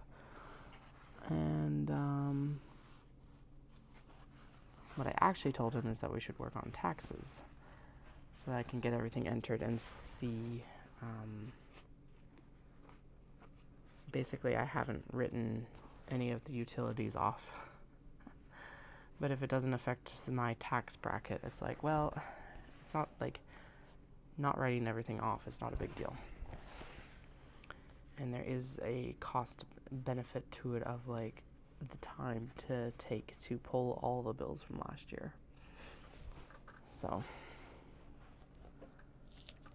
basically I want to enter it in and see if it actually means we have to pay more taxes if I don't do the utility bills or not.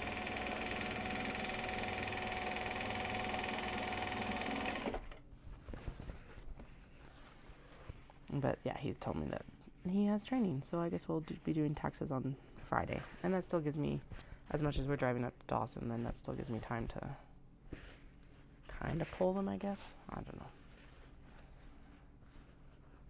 Well, it gives me Friday to pull them, and if that's all that's left, that's not bad. Nothing like leaving it to the last minute. But hey, as long as we file on Friday, we're still ahead of the deadline.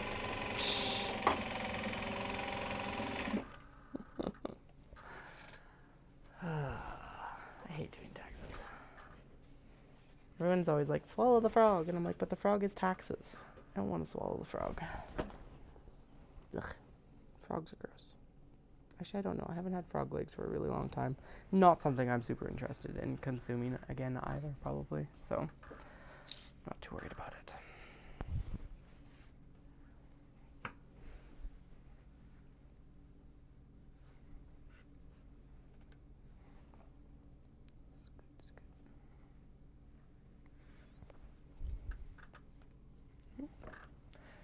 Hello, thread. You need to be trimmed down a little wee bit better. Hello.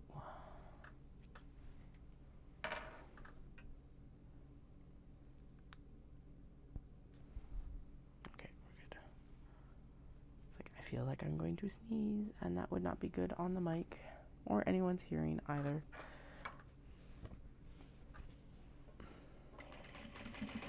Okay.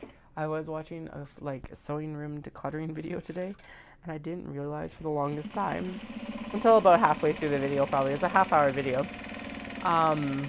but she actually had her mic connected to her shirt with a sewing clip. And I looked at it, and then I looked at it again, and I was like, because I didn't realize it first, and then I saw it again, and I was like, it is a sewing clip, which is actually genius if you lose the clip to the lav mic.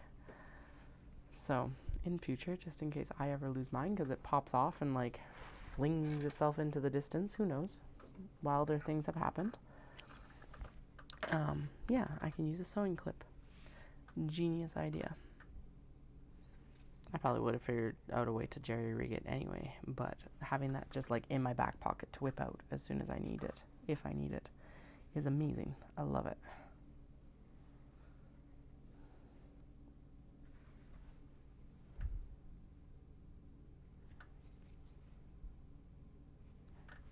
Go. All right. Next pocket.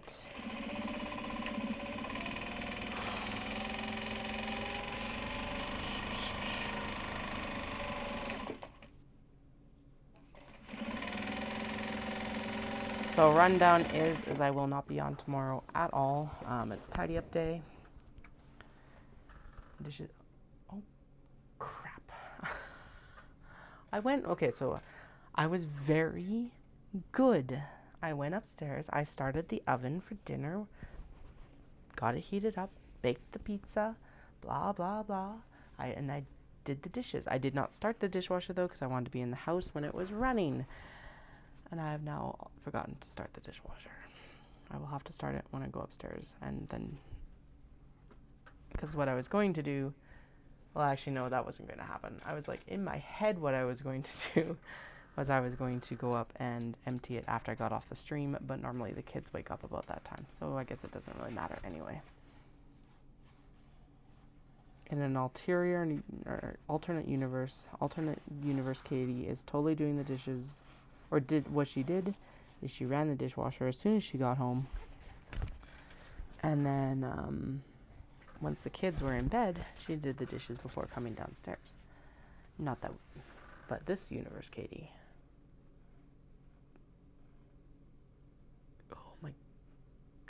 Okay, so yeah, the weird noises coming out of my children's rooms is them drinking their water at night.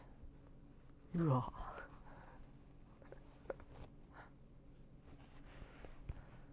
All right, well, hopefully it was just a water drink and not going to end up into a call for mama.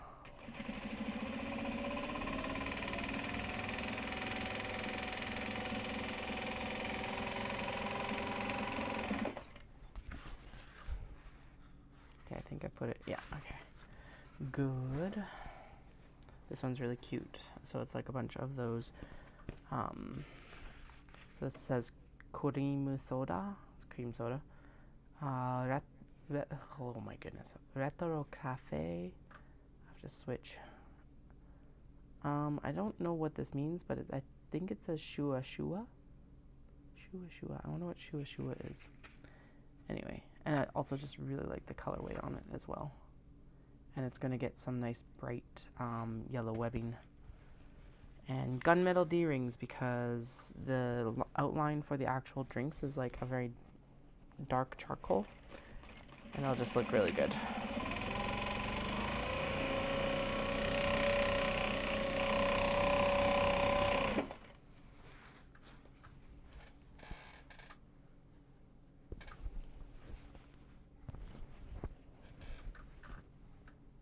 There we go. Yep, just a water drink and they're back to sleep. Sweet, that's pretty awesome actually. I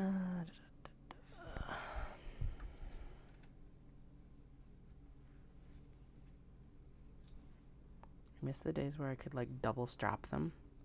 So I had 2 carriers when they were like really young. Like I would say 18 and 6 months old, 7 months old. And so the youngest would go on the front and the eldest would go on the back, and then I would be able to get stuff done. Unfortunately, my youngest head is like super hard, and they like to wave it around even now. It was really bad when they were a baby, but they're also just too heavy. That would be like, they've put weight on recently too, so I think right now they're pushing 36 pounds, so like, what is that, like 17 kilos or something like that each? They're basically the exact same weight and the exact same height. So A, they're getting too long, and B, they're getting too heavy for that to be practical. But I miss the days of backpack babies.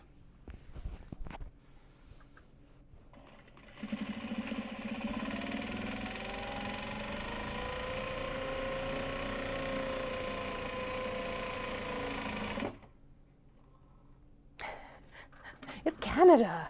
I was doing this in the winter when it was cold.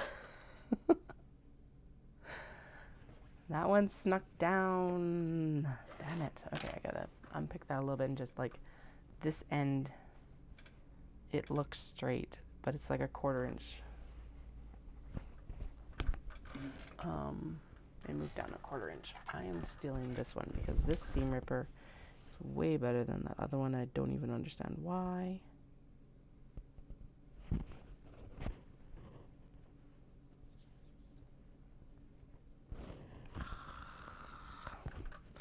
White thread on a white background. On a white background. Everyone complains about black yarn, but let me tell you about the horror show that white on white on white is sometimes. Ugh. Also, my eyes are not that old, but there are some nights when I'm like, what is going on?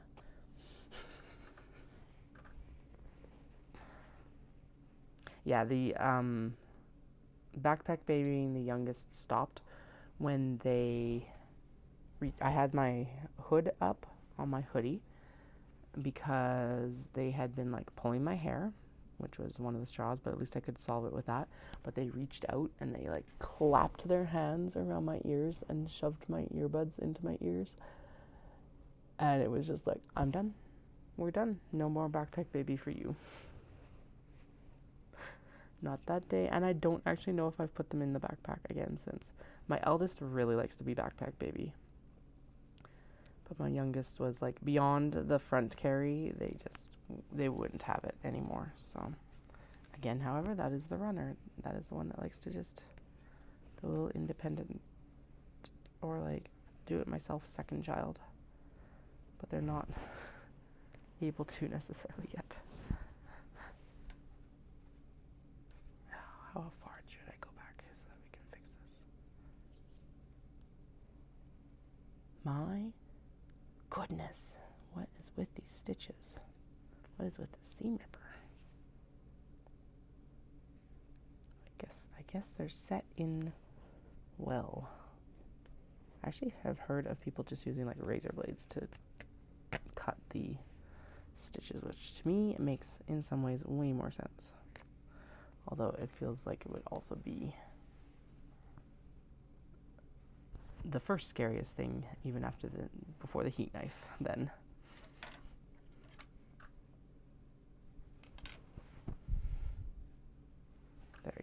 Okay. Now we're good. Better. Doesn't have to be perfect, but a 1/4 inch does make a massive difference to the wedge and how it would fall in the wedge. And I do not need my pockets getting caught in the wedge when we sew it. So that is better.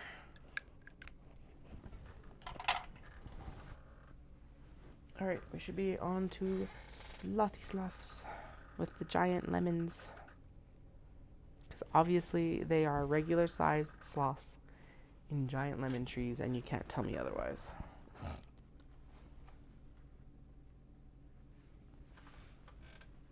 Actually, are sloths still a big thing, or have we, like, as a public consciousness, moved on to capybaras?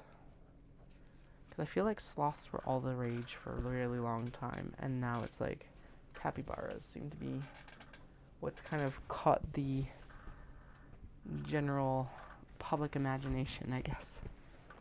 And don't get me wrong, I really love capybaras, but I also really like sloths, and this fabric is really cute. But it's not selling, which is really interesting to me. But anyway, I'm going to put it so that the sloths on this side hang down, except for this guy who's going to be forever chilling this direction. They're sitting on the lemon, I guess. And then there's a mama and a baby sloth right here, which is adorable. You can see the little baby sloth face just like peeping out there. Hopefully, yes, if my camera focuses.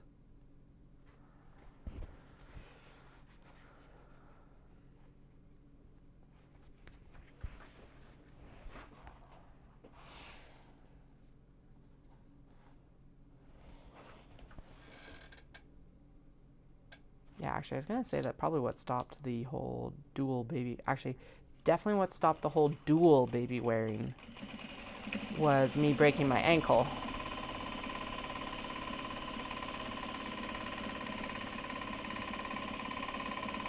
Yeah, because what would have happened is I would have definitely gotten the... I would have gotten the second baby carrier because I would have been prepping for Knit City in September. And I think I bought it in like July or August. So the youngest was like 2 months old or something like that. And then we drove out to Victoria on Vancouver Island and I broke my ankle 2.5 hours into our first family trip ever. Well, we had driven out, but like the vacation hadn't properly started yet. And it was 4 days before my first like post-baby event as well. It was absolutely terrible. And on top of it, I had taken a bunch of yarn out for Caroline because like 3 weeks before, still within the acute recovery period, her husband had broken his neck. And then it was like, and then I broke my ankle 4 days before the event. Actually, that's another argument for not going out to the island in August before Knit City.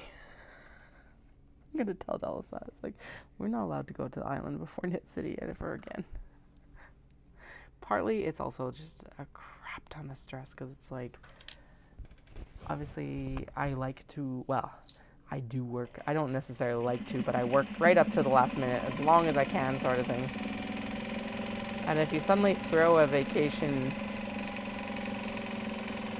into show prep right before a big show, it's like, it's not actually a vacation, at least not for me. I was shockingly done the majority of the work, though, of the week before. I was very pleased with myself, and then I was so sad. It's those kids, man. So what happened is we were parked at my husband has an aunt and uncle out there. By the way, my husband is Dallas, so if you hear, I interchangeably apparently am using his name and not right now.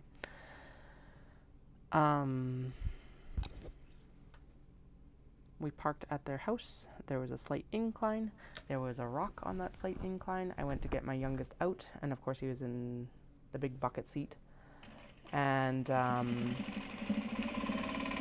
stepped back, stepped on the rock, turned my ankle over it, tried to catch myself. Of course, tried to also protect the child. And it just went very badly for me. That was my first actual broken bone ever, and I hope it is the only one that is ever done. I was very lucky. It didn't need surgery, but it was like, yeah, I had to cancel the event. I was featherweight for 2 weeks, which meant absolutely no weight bearing in an air cast. Had to drive back from Victoria, and so it's a 10-hour, well, Victoria is like closer to like a 12-hour straight drive, because you also have to take the ferry from Vancouver over to Vancouver Island. But we split the drive up, which was way better because of the small children. And on the second day of the drive, our youngest, at 4.5 months old, started teething. Now, this was pre me breaking my ankle, but of course, I broke my ankle very rapidly after that. They weren't even at the point where they could like hold anything up to their mouth to like really teeth on. So Dallas is like dealing with a wife who has broken her ankle. Can't use crutches because I was still only 4.5 months postpartum, so there is no core strength, of course. And a miserable teething baby who was also still not on the formula that they needed to be to like not have tummy issues, so they were consistently spitting up as well. It was a disaster. And I was super disappointed wasn't able to do Knit City on top of everything else. But like there was just no way. Even if the child had not been teething, it was just like it would have been a complete gong show. If there was no children in the picture, we would have made it work, but my goodness. And then they only basically told me to take Tylenol and ibuprofen, and I'm just like, I should have asked for something stronger. If I ever break a bone again, knock on wood, I don't. I will be asking for something stronger, because it wasn't like the first couple days, but that third day, just the ache. It must have been when it was either the swelling had come down enough that it was able to hurt, or it was like starting to heal. I don't know what that was. Oh. Yeah, that was an adventure that I have zero desire to repeat.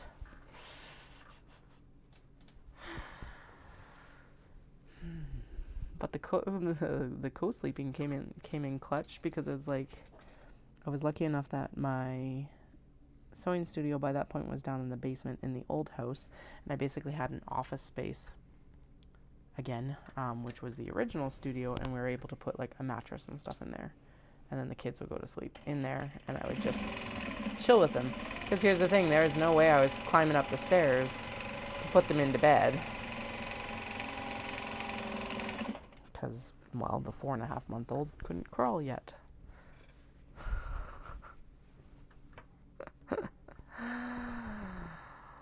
Oh. I think I blocked a lot of that out, actually, until I just thought of it. What a time. But yeah, I didn't need surgery. Ended up 2 weeks featherweight, and then 2 weeks with, like, some weight bearing with the boot on, and then at 4 weeks I was able to take the boot off, and I was supposed to start weight bearing without the boot, and then by 6 weeks it was fully healed, which is pretty awesome. And then a lot of physio, because everything got jammed up and gross, and well, and then of course it's not just that you break the bone, but then you have a sprain, and that takes longer to heal because the ligaments don't get as much blood as even the bone does, and yeah, it was bad.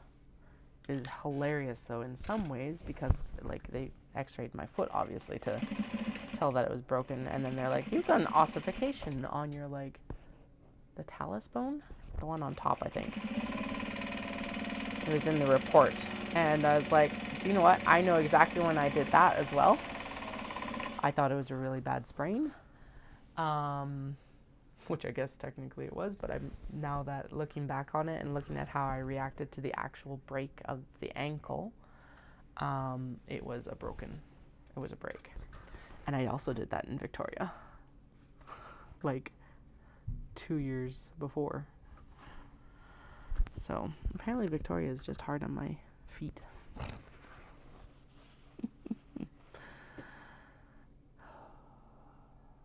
Okay.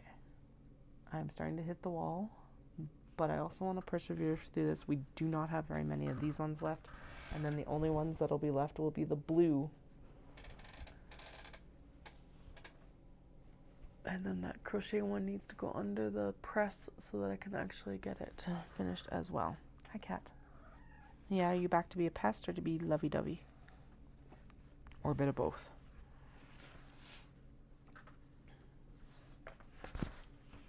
These fans. Okay, so the black version of this, but this actually is going to look... Okay. I think it's going to look better as a Kato bag than it does as the large box bag. I really like the large box bag in the black, but this is looking really nice with the, like, so far with the frame of the canvas. And obviously it'll get black leather for the handle, and it's got the black and black for the D-ring and the webbing for a strap. Oh, criminy. I gotta write down some stuff we need to do. I need to make a brain dump list because I keep forgetting stuff that I should do before peace. And one of those things that I definitely need to do, and I should check my rivet stock before I go to Tandy, is I do need to actually restock on the webbing straps. I'm not going to restock on the leather straps yet, although they are coming eventually. I keep saying that and then I don't do it, or they sell out at the shows.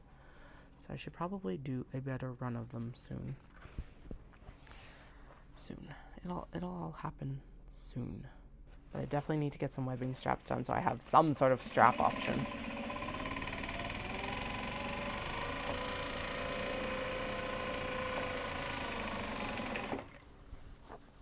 Okay, good. And I did wind the next bobbin because now my bobbin sense is like, you're probably coming up on the end of this one too.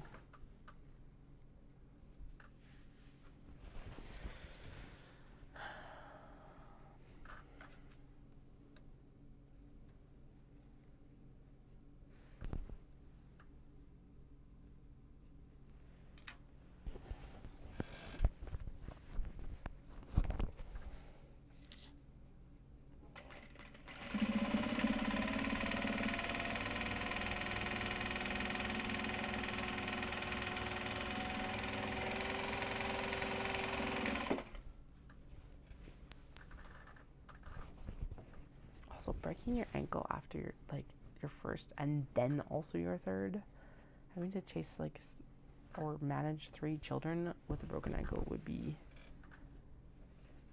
ridiculously difficult. Like, in some ways I am very happy that it happened when it did because they were not very mobile. I can't imagine breaking my ankle right now. Although at the same time, they're also completely helpless. So it's like, it was a trade-off. At least now they're a little bit more independent. But it's not like they can cook. And they wouldn't understand why I would need to sit and, be immobile. Because they have no concept of what happened. I don't know. That would be a weird trade-off.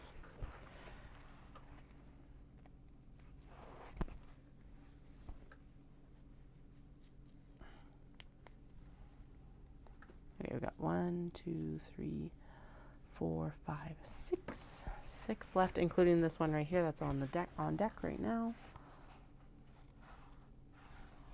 And then, yeah, okay, so that is shiny side.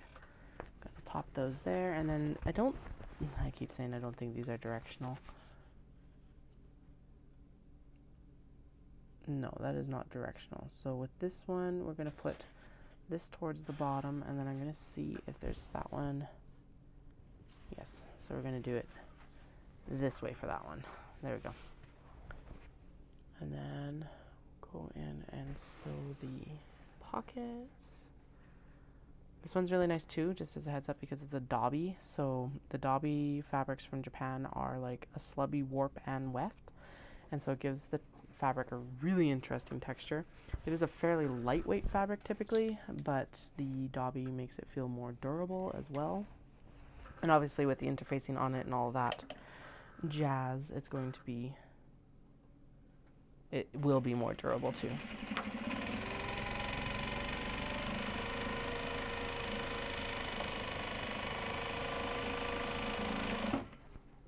But like even without the interfacing, it's got enough body that typically it doesn't have a lot of drape anyway, just because it does have the slubby warp and weft. So yeah, I really like their Dobby fabrics. The potato cats that we sewed earlier as well is another Dobby fabric too. And like granted, I don't shop at a lot of fancy quilt shops here or anything like that, but I have not ever seen it in Canada, so just FYI. Okay, I think it might be time for a stretch break. What time? Oh, it's not even 11 yet.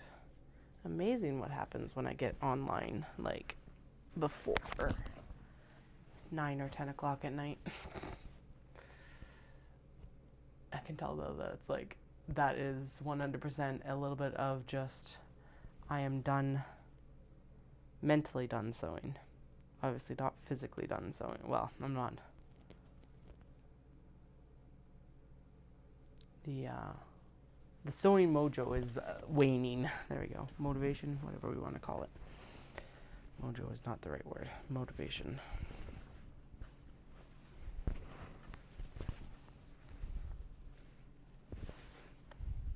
I am extremely excited for my classes in May because I loaded up on like yoga, and then they have that new spin, or not spin.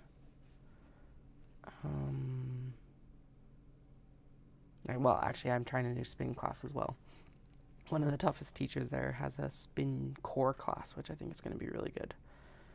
They used to run one, they would do spin, and then they would do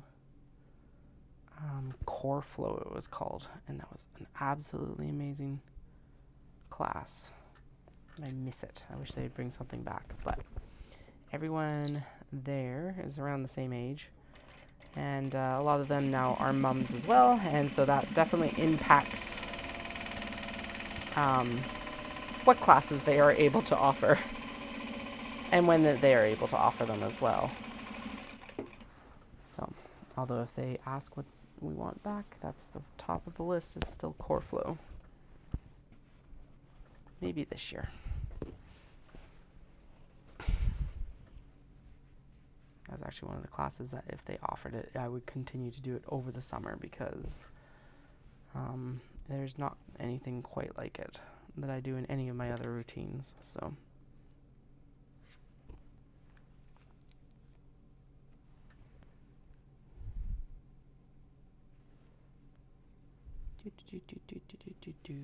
we're good. And now we go.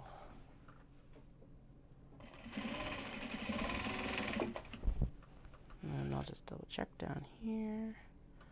That looks almost right. Tick it up. Good.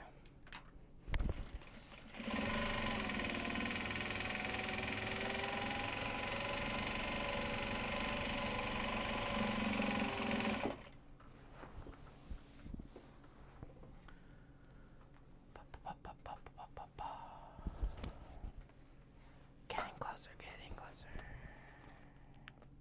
And I guess the question becomes, do I, oh right, it's in this pile.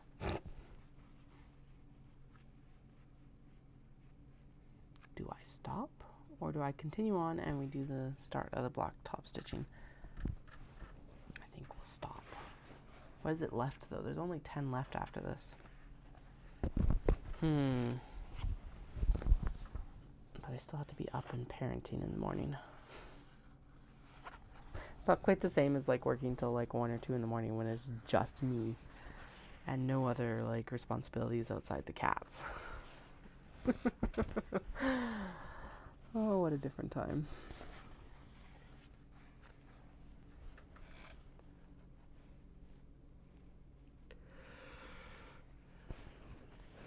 No, I think I need to be responsible because I do actually have to be up and do stuff in the morning, like the dishes apparently, and the tidy up. So I am going to finish off this round of the confetti pockets as long as the kids don't call for me before that. So even if that goes beyond 11:30, I will do that. Basically, we'll work until this set of pockets is done. That's what we'll do. But then it is, once they're done, I am also done.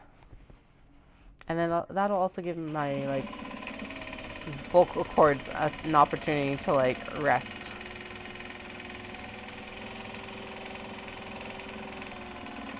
Plus, I'm fading pretty fast, actually. No, get back here. You can't disappear on me. Nor can you. You're getting sewn into a bag in like 2 minutes. Probably closer to 5, but close enough.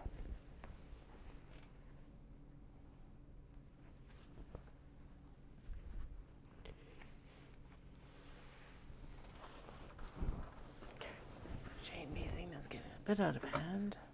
But honestly, considering that it was like, well, we'll just see where we're at. Or we'll stop the interfacing on Sunday night and then we'll sew what we can on Monday. We've gotten a significant amount done, which is nice because I don't think I actually have as much time as I thought I had.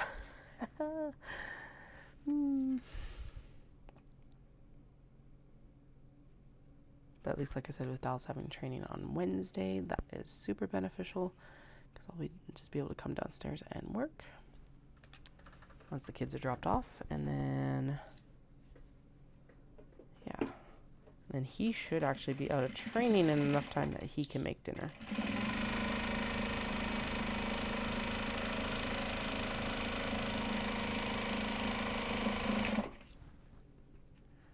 And then I guess I should actually find out what we're doing on Thursday. If I'm going to spin or if we're going to go do a bike ride as a family. I think the bike ride as a family would be a better decision if the weather is good.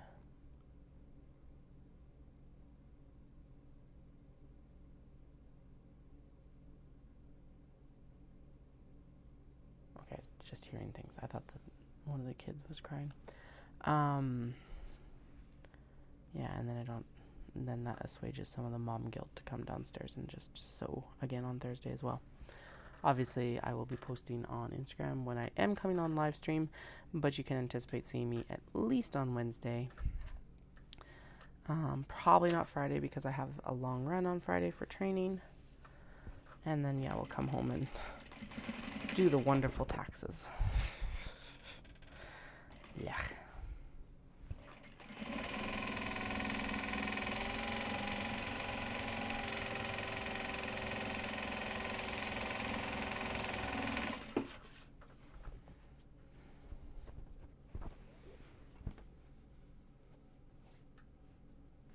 All right. There's more strawberries. I really like this red. Very good red. Very vibrant. And then this like gold for the flower is like something else as well. And they're called, and then it's like strawberry sweet fruits, which I really like too. It's just cute. The pink version of this is really good as well, and I am partial to pink typically, but this red is just like done extremely well. I don't even know what it is that's so appealing about this red, but it is.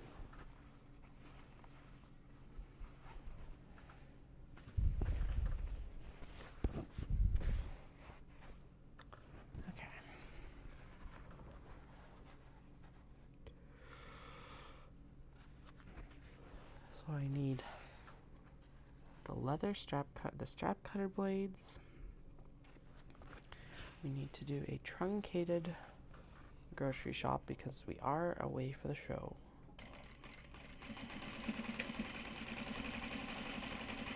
I guess I should find someone to look after my cats. Oops. We're not gone long, but we're gone long enough that they're going to need a food bowl fill at least. Guess I should find out if there's anyone around this weekend. Huh. All right then. Oh, and this one.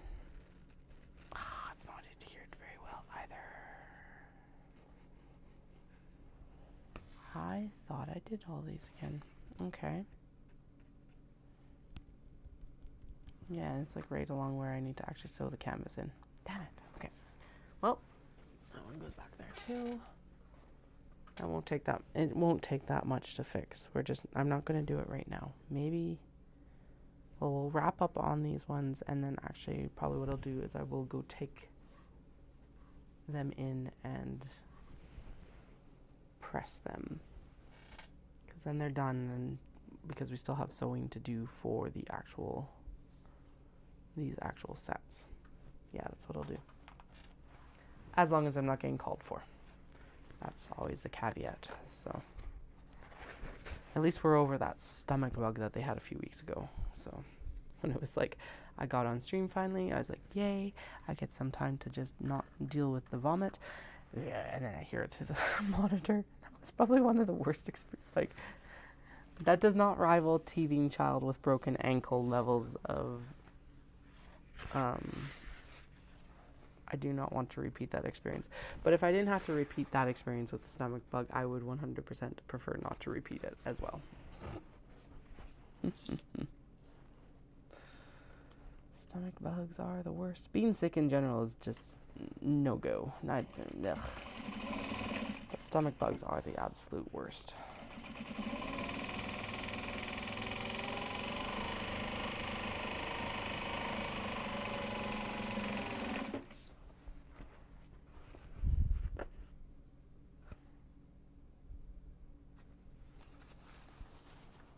Alright, I have never noticed this, but there are 2 different trees and they both face different directions. I knew this was a directional print, but I did not know that it went both directions. So the charcoal one is facing up on that side, so we'll make sure that the brown one, I guess, is facing up on this side. Sweet. That's actually pretty cool.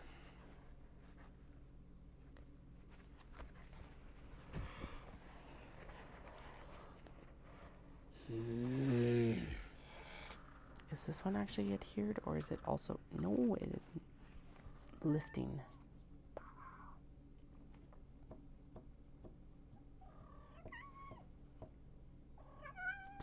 Yeah, bud, what's up? And this one is too. Damn it. Okay. So I guess what I'm going to do then is I'm going to pull these, but this one is not. That one is fine. I'm going to pull these so that I can repress them or throw them. Actually, I might throw them under the iron just because they've already got, these ones already have their canvas on them, and I can still press it on with the iron, which will also have a little bit more steam, which might be the key. That is annoying though. Oh well. We'll definitely get these last, well, I mean, nope. They need to be repressed as well. That side is fine, but this side of this one is not. What is going on? Yeah, and I swear I put these all under the steam press again already. Alright, well, I think that is actually the end there then. I'll double check all of these and I'll go in and repress whatever needs to be repressed. Okay, maybe the strawberries are okay. A little bit of lifting is fine, but like once it starts running into the body of the bag, it's like, no, that's not cool. Flynn, my goodness. Hey, why are you being such a pest today? I love you, but seriously, what are you looking for? By the way, in Tales of If It's Not the Kids, It's the Cats, he is now allergic to chicken. Do you know how hard it is to find chicken-free cat food? It's like so hard. I've read so many ingredients lists. The good news is that typically it's like one of the top, like first ingredients, but seriously. Okay, and then where did this one go? Where did your drawstring go? Did I drop it in amongst all the stuff that's been happening?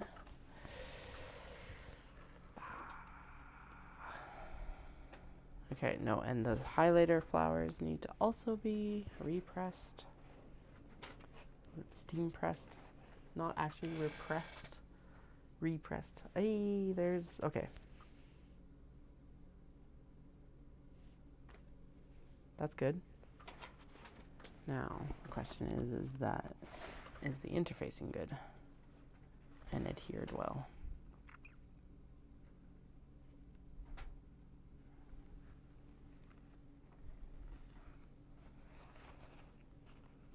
Well enough, because that is within the seam allowance. Okay. Yeah, actually, that's the difference, is like once it starts crawling out of the seam allowance, that's when it's concerning, because that means that's not adhered on the seam allowance. This interfacing acts as a stabilizer, blah, blah, blah. It's just not good. Okay, and I'm just going to make sure that we've got the pockets for these bags. So this one has this. We're good. That one has that. I already pieced out the thing, and then we've got 2 bags here. 1, 2. Okay, good. It looks like the count was right this time. And then we've got 1 and 2 and some spares. How do we have spare pockets? Okay, whatever. I'm not going to question it. Apparently we have pockets for the next set of Kato. I don't know. We also have spare lining. What am I missing? Like, seriously. Alright, don't look a gift horse in the mouth. Don't look a gift horse in the mouth. No, that's where the linings are supposed to go, is with these bags. Okay, so we don't have spare linings, but we do have spare pockets. Still don't look a gift horse in the mouth, because that just means we're ahead of the game for the next round.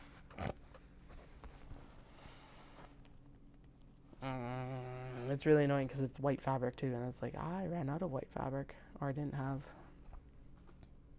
Did we run out, or didn't have? Whatever, something happened. I'm like, what am I doing? I don't know what I'm doing right now. I'm doing something. Did we pair you up? We already paired you up. Good. Okay. Just make sure so that it's got pockets and pockets. 2 sets of pockets and 2 sets of linings. And then the ones that we just stacked up also have 2 sets of pockets and 2 sets of linings. So we're good. Wild. All right. We're going to do the strawberries first, because that's what I feel like doing, and because I do follow my own rules sometimes. That's what we're going to do. And then, oh my goodness, I'm sorry. The cat wibble-wobbled the leg into the path of the wheel. Okay, now we're safe. There shouldn't be any more tripod quakes for the rest of the stream, hopefully. But looking at the time, I will not be finishing these, but what I will do is I will finish up what we have available to us that doesn't need the interfacing redone. And then I will go redo the interfacing on the ones that need the interfacing redone. And then I'll be back to sew them when I sew them. I don't think I'll be online tomorrow night. I'll decide tomorrow, I guess. Maybe I will. Maybe I'll come down after the kids are in bed anyway.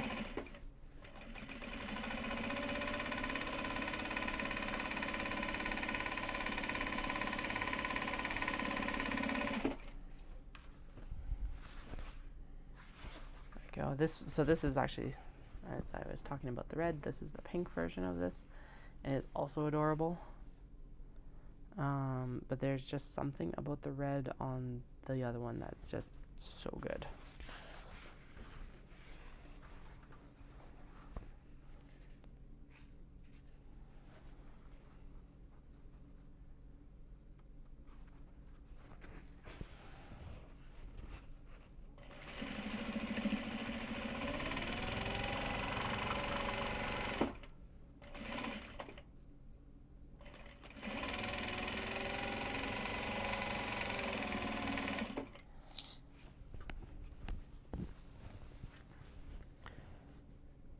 This is why they should just be called Creative Chaos, not live streams. Creative Chaos, because hello. It's it's always something. There's always something going on that just is like a little bit like off center. Picture frame not quite hung right. And yes, it's usually the interfacing giving me problems. There is a reason why I was resistant to fusible interfacing for so long. Now, obviously, there are checks and balances for it in some cases, but not during show prep brush, I guess. And realistically, for the amount that I've had to redo, it's been fine.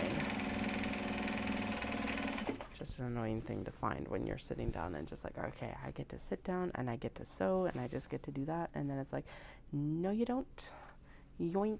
And you gotta go repress the fabric. Go back 3 spaces.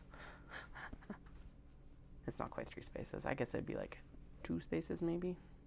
2 spaces.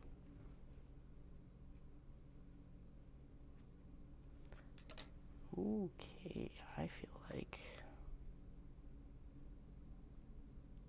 my blood sugars might be going low. And that is not good. Okay, we are going to measure this. I'm going to sew it. I actually do have to go check that quite rapidly.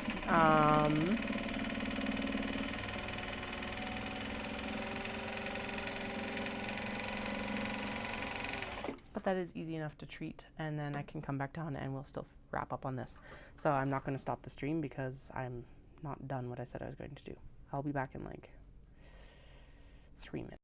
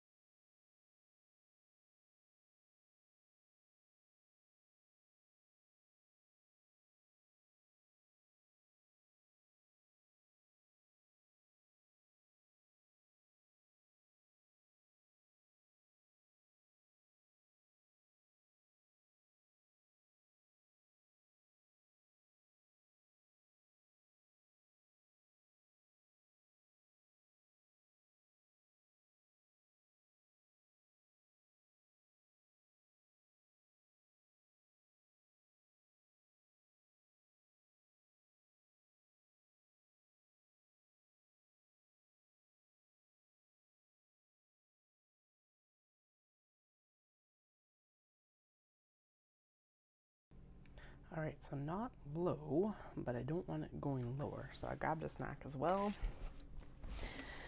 And I plugged the iron in. We're gonna get I'll just press it. And then we'll get those last few bags done so that they're done and off my mental plate. And then we'll be back to just having to do the blue pockets in the next couple days. I can't tell if this is directional or not because it like runs all different ways. So I'm just gonna go with I guess it kind of is because all the pink flowers are kind of facing this direction. So that's what I'm gonna go with.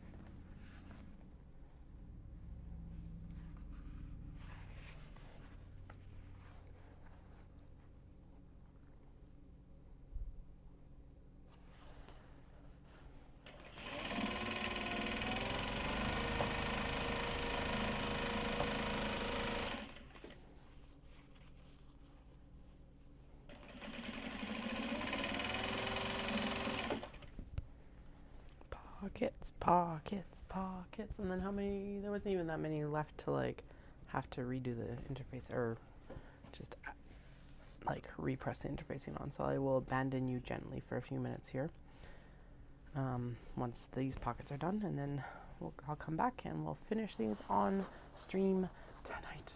We're so close. We're so close.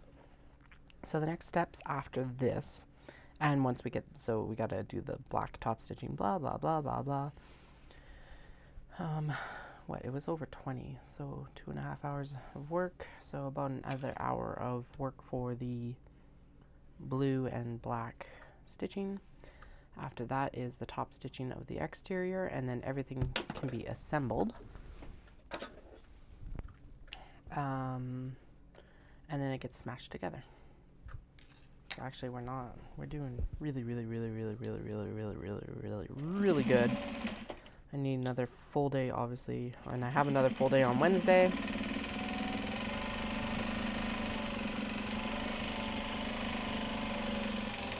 So we might just manage to pull this off again. Always feels like I managed some sort of like magic trick or something like that when I'm able to do this. Because it is. It's totally a magic trick. Being able to get this all done in time.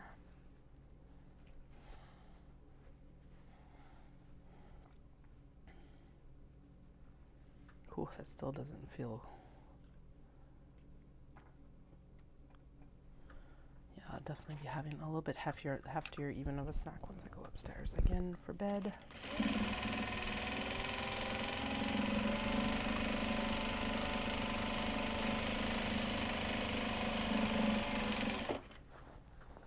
All right, okay. I'm going, as I said, I will gently abandon you so that I can go do the ironing, and then I'll come back and we'll wrap up on the actual sewing of these with the confetti pockets. So give me like, again, 3 to 5 minutes.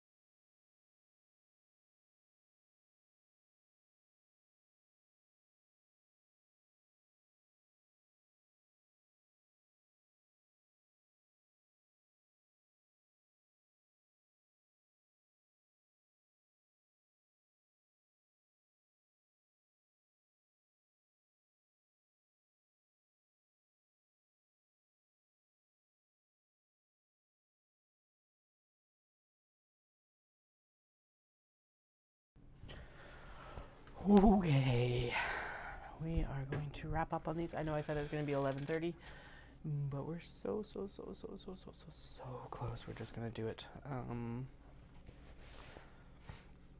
Mostly, that is actually way more secure than it was before, which is sweet. And then we have a nice, lovely, for everyone who stuck around, sneak peek of what the strawberry one is going to look like. Obviously this will get boxed, but like, oh, it's so good. It's so good.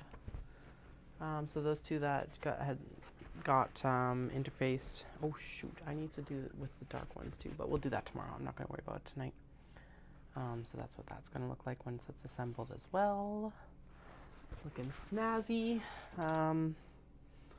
Yeah, we'll get the rest of these run through the machine now. And then I will be on my merry way to bed. I have to gain another snack. And also,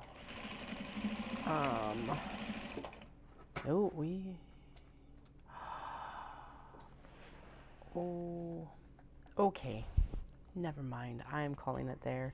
It is 11:30. We are out of bobbin thread.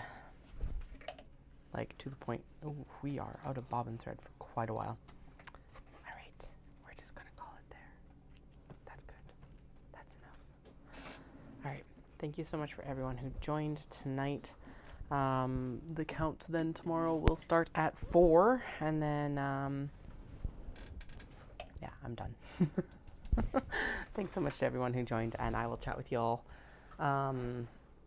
when I get back online. Very likely I said tomorrow night, but I meant Wednesday. So thank